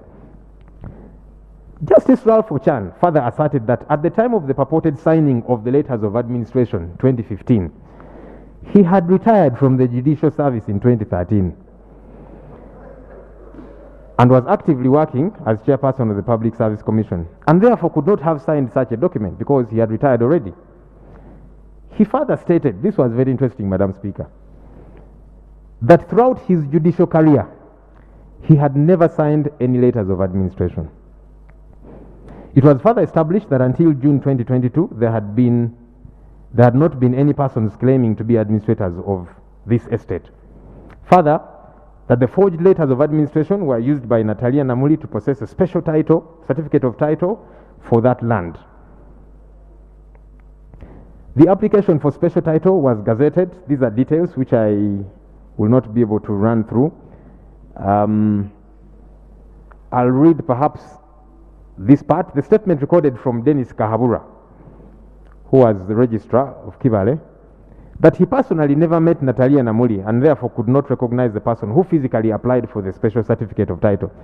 He, however, stated that he vividly remembered that the special certificate of title was signed off by the secretary of the then chairperson of Kibale district, one Amara Peter, following a phone call from the said Amara Peter instructing him to pass the special certificate of title to his secretary. It was established that the application for compensation of Natalia Namuli's land was purportedly done on 18th April 2015, on an application form, which on clear scrutiny shows that it had no serial number. The application form from ULC does not have any proof of receipt, neither does the form indicate the address of the registered landowner. There was no photocopy of the land title attached to the application form, and no proof of family resolution authorizing the administrator to sell the beneficiary's land to the government.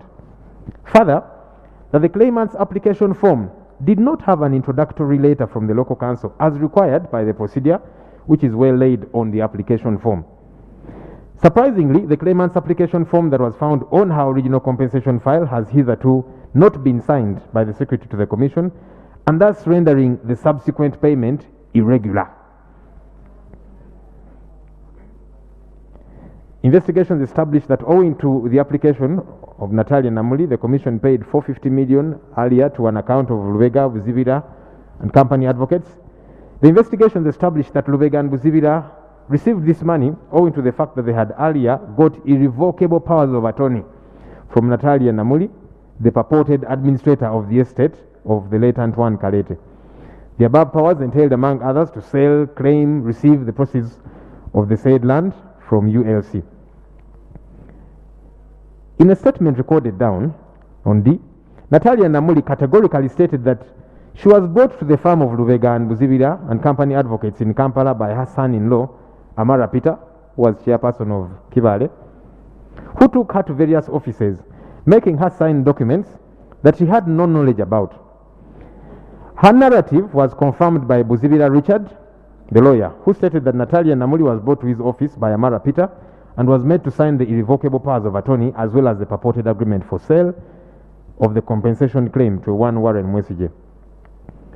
It was established that the claimant had received a special title registered in the name Natalia Namuli as an administrator of the estate of the late Antoine Kalete. Surprisingly, the day that the registration was done was the same day that the title was picked. On that same day, the purported proprietor traveled to Kampala and used it to issue powers of attorney. And it was on the same day, again, that the lawyers did a title search from Chivale. The committee was informed by Counsel Richard Buzibira of Lubega Buzibira and Company Advocates that his client, Natalia Namuli, was on the same day paid 318 million by Warren Mwesigye, who apparently purchased her claim with ULC. All these movements and transactions supposedly took place when the country was under total lockdown. No cars could move, people were not allowed to move. But somehow these people were able to move and transact, apparently. Now, during the physical interaction and interview with Natalia Namuli, the purported administrator of the estate of the late Antoine Kalete, who was met at her home in Nyakasozi village, Isunga Parish, Kagadi sub-county in Kagadi district on June 21st, 2022, Natalia Namuli categorically stated that she had never received any money as compensation for the sale of any land, and further asserted that she was not aware of the family of Antoine Kalete or the land in question. Following the above fraudulent compensation process involving lawyers in connivance with some ULC officials, 1.58 billion was paid, in addition to the other 450 million, and released in tranches of 500 million, 800 million, and 288 million.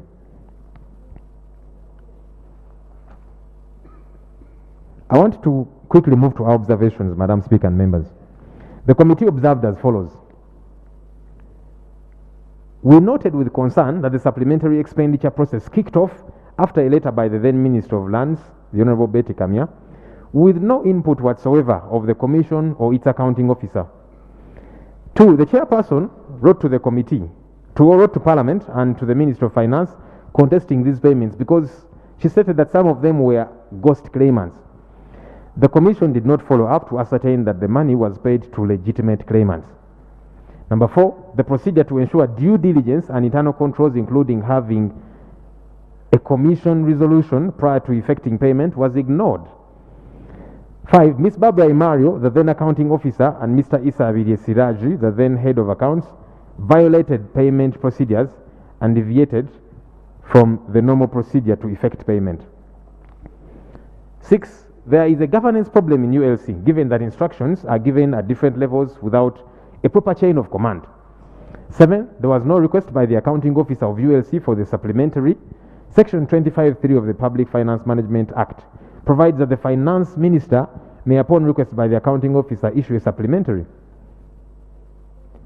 The Honorable Minister of Finance, Planning and Economic Development, Honorable Matia Kasaija, admitted to the committee that the right procedure was not followed and that his staff should not have entertained the supplementary. 9, whereas Honorable Betty Kamya, the then Minister of Lands, quoted a presidential directive in her request for the funds, she never availed a copy of the directive even after being accorded time to avail it. However, she attached a letter written to her by the President's PPS requiring a compensation follow-up for the family of the late Kosiera Bukurukuru. The then Minister of Lands fast-tracked payment of a few claimants, ignoring other claimants who had been in the system much earlier and with smaller amounts.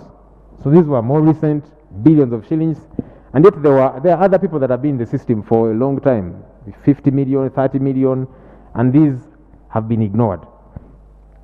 Then the then Minister of Lands, Honorable Betty Kamya, did not do due diligence on the claimants whom she submitted for payment after they appealed to her for payment. As a result of there being no due diligence, some of the people who were paid were not genuine. So some of these people who were eventually paid were ghost claimants. They should never have been paid. Our recommendations, Madam Speaker. Number 1, the Honorable Betty Kamya, former Minister of Lands, Housing and Urban Development, should be investigated in respect to her participation in the commencement of the 10.6 billion payment. Number 2, the Honorable Matia Kasaija, Minister of Finance, Planning and Economic Development, and Mr. Patrick Ochailap, the Deputy Permanent Secretary and Secretary to the Treasury, should be investigated for their role in the 10.6 billion supplementary process. Number 3, Ms. Barbara Imario, the then accounting officer, and Mr. Isabide Siraj, the then head of accounts, should be prosecuted in regard to the ghost payments in the supplementary. Uganda Police should work alongside Interpol to have Barbara Imario brought back into the country to face prosecution. Madam Speaker, Barbara Imario fled the country soon after we started the inquiry, perhaps for obvious reasons. Number 4, Natalia Namuli and her accomplices like Amara Peter should be prosecuted for forgery and uttering of forged documents, to wit, the letters of administration. Number 5, the lawyers from Lubega, Buzibira and Company Advocates should be prosecuted for aiding the fraudulent transaction that led to the illegal payment of 2,039,000,000 shillings to Natalia Namuli. Number 6, the money in 4 above paid to the account of Lubega, Buzibira and Company Advocates should be immediately recovered and returned to government, owing to the fact that it was fraudulently acquired. Number 7, Uganda Law Council should take action against Lubega, Buzibira and Company Advocates. Number 8, disciplinary action should be taken against Dennis Kahabura, the Registrar of Kibale, for issuing a title based on forged documents. Number 9, the special title that was granted to Natalia Namuli should be cancelled by the Commissioner Land Registration, considering it was based on forged documents. Number 10, the Ministry of Finance, Planning and Economic Development should always follow the procedures and the provisions of the Public Finance Management Act regarding supplementary budgets. Madam Speaker, we have also made some general observations. There is a leadership crisis at ULC, and our recommendation is that there should be a complete overhaul of the current commissioners to enhance performance. People are always fighting, work is not moving, they're not doing due diligence. So we feel that once they're out of the way, perhaps a new team could do things better. Now, there's also a challenge with the human resource structure. There are some particular offices that are not filled. For example, the legal department. They have left it vacant, and yet they're dealing with legal matters. So we recommend that there should be deliberate efforts to recruit staff to fill up the staff structure, and the top management positions should be filled substantively. Madam Speaker, many of the people in top management are in acting capacity, and then there's a high turnover. Then lack of a government land inventory. This is a system that enables them know how much land we have, leases, etc., etc. It's not in place, Madam Speaker. So we recommend that ULC should, as a matter of urgency, develop a land inventory to enable it to execute its mandate efficaciously. This land inventory should be regularly updated. Number 2, ULC should digitize the land inventory to improve efficiency. There's also a concern about untitled government land. A lot of government land is not titled, so it's easy for it to be stolen and for all this fraud to happen. So we recommend that all land under ULC should be surveyed and titled in the name of ULC/user agency by the next audit. Then unbudgeted stock of arrears, we also recommend that ULC should compile an aged analysis of all arrears with the view of informing their budgeting process. And there's also lack of updated land records register. We recommend there that ULC should update data on the properties to make it easy to ascertain the current status of government properties, which enables mobilization of revenue accruing from leases.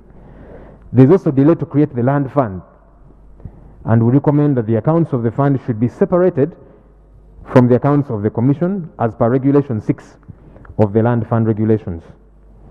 There's also usage of the Uganda National Land Information System, which is not being used, hence causing so many problems. In conclusion, Madam Speaker, the objectives of the Uganda Land Commission have largely not been met as elucidated in the general observations above. The committee notes that the absence of a comprehensive inventory of land makes it difficult to prioritize settlement of arrears based on age of the claim. In the year under review, the committee witnessed cases where recent claims were settled within a year, before others which had been outstanding for more than 5 years. The committee notes that the lack of adequate funding has also hampered the operations of this entity. ULC has got a huge mandate, which largely is not being executed due to the challenges we have mentioned above. ULC should be empowered to execute its mandate under the law without undue influence from other entities and political actors. The committee notes that once these recommendations are acted upon, ULC will deliver on what is expected of the entity. Right Honourable Speaker and Honourable Members, I thank you and I beg to move.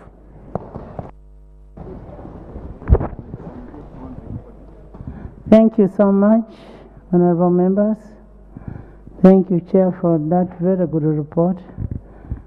I'm just trying to understand who would investigate the IGG. That's what I'm trying to understand. Council, can we?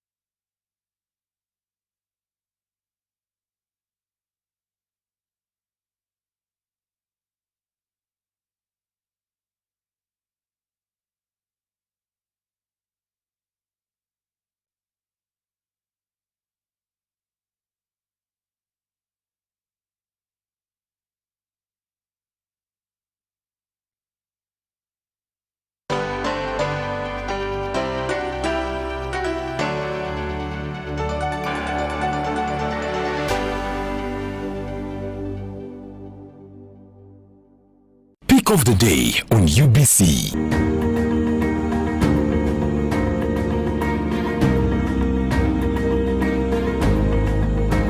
Was brought to you by Simply make a small deposit of 99k and pay the balance mpola. You can pay in daily, weekly or even monthly installments while you enjoy your new phone. So what are you doing today?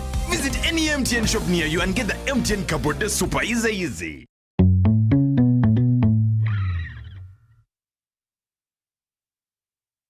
The Corporate Games Season 2022-2023 is here. Don't miss lots of fun and networking. 12 sports disciplines and over 2,000 participants with over 40 corporate companies in one place. This happens every first Sunday of every month. For more information, contact info@corporategamesug.com or visit our website www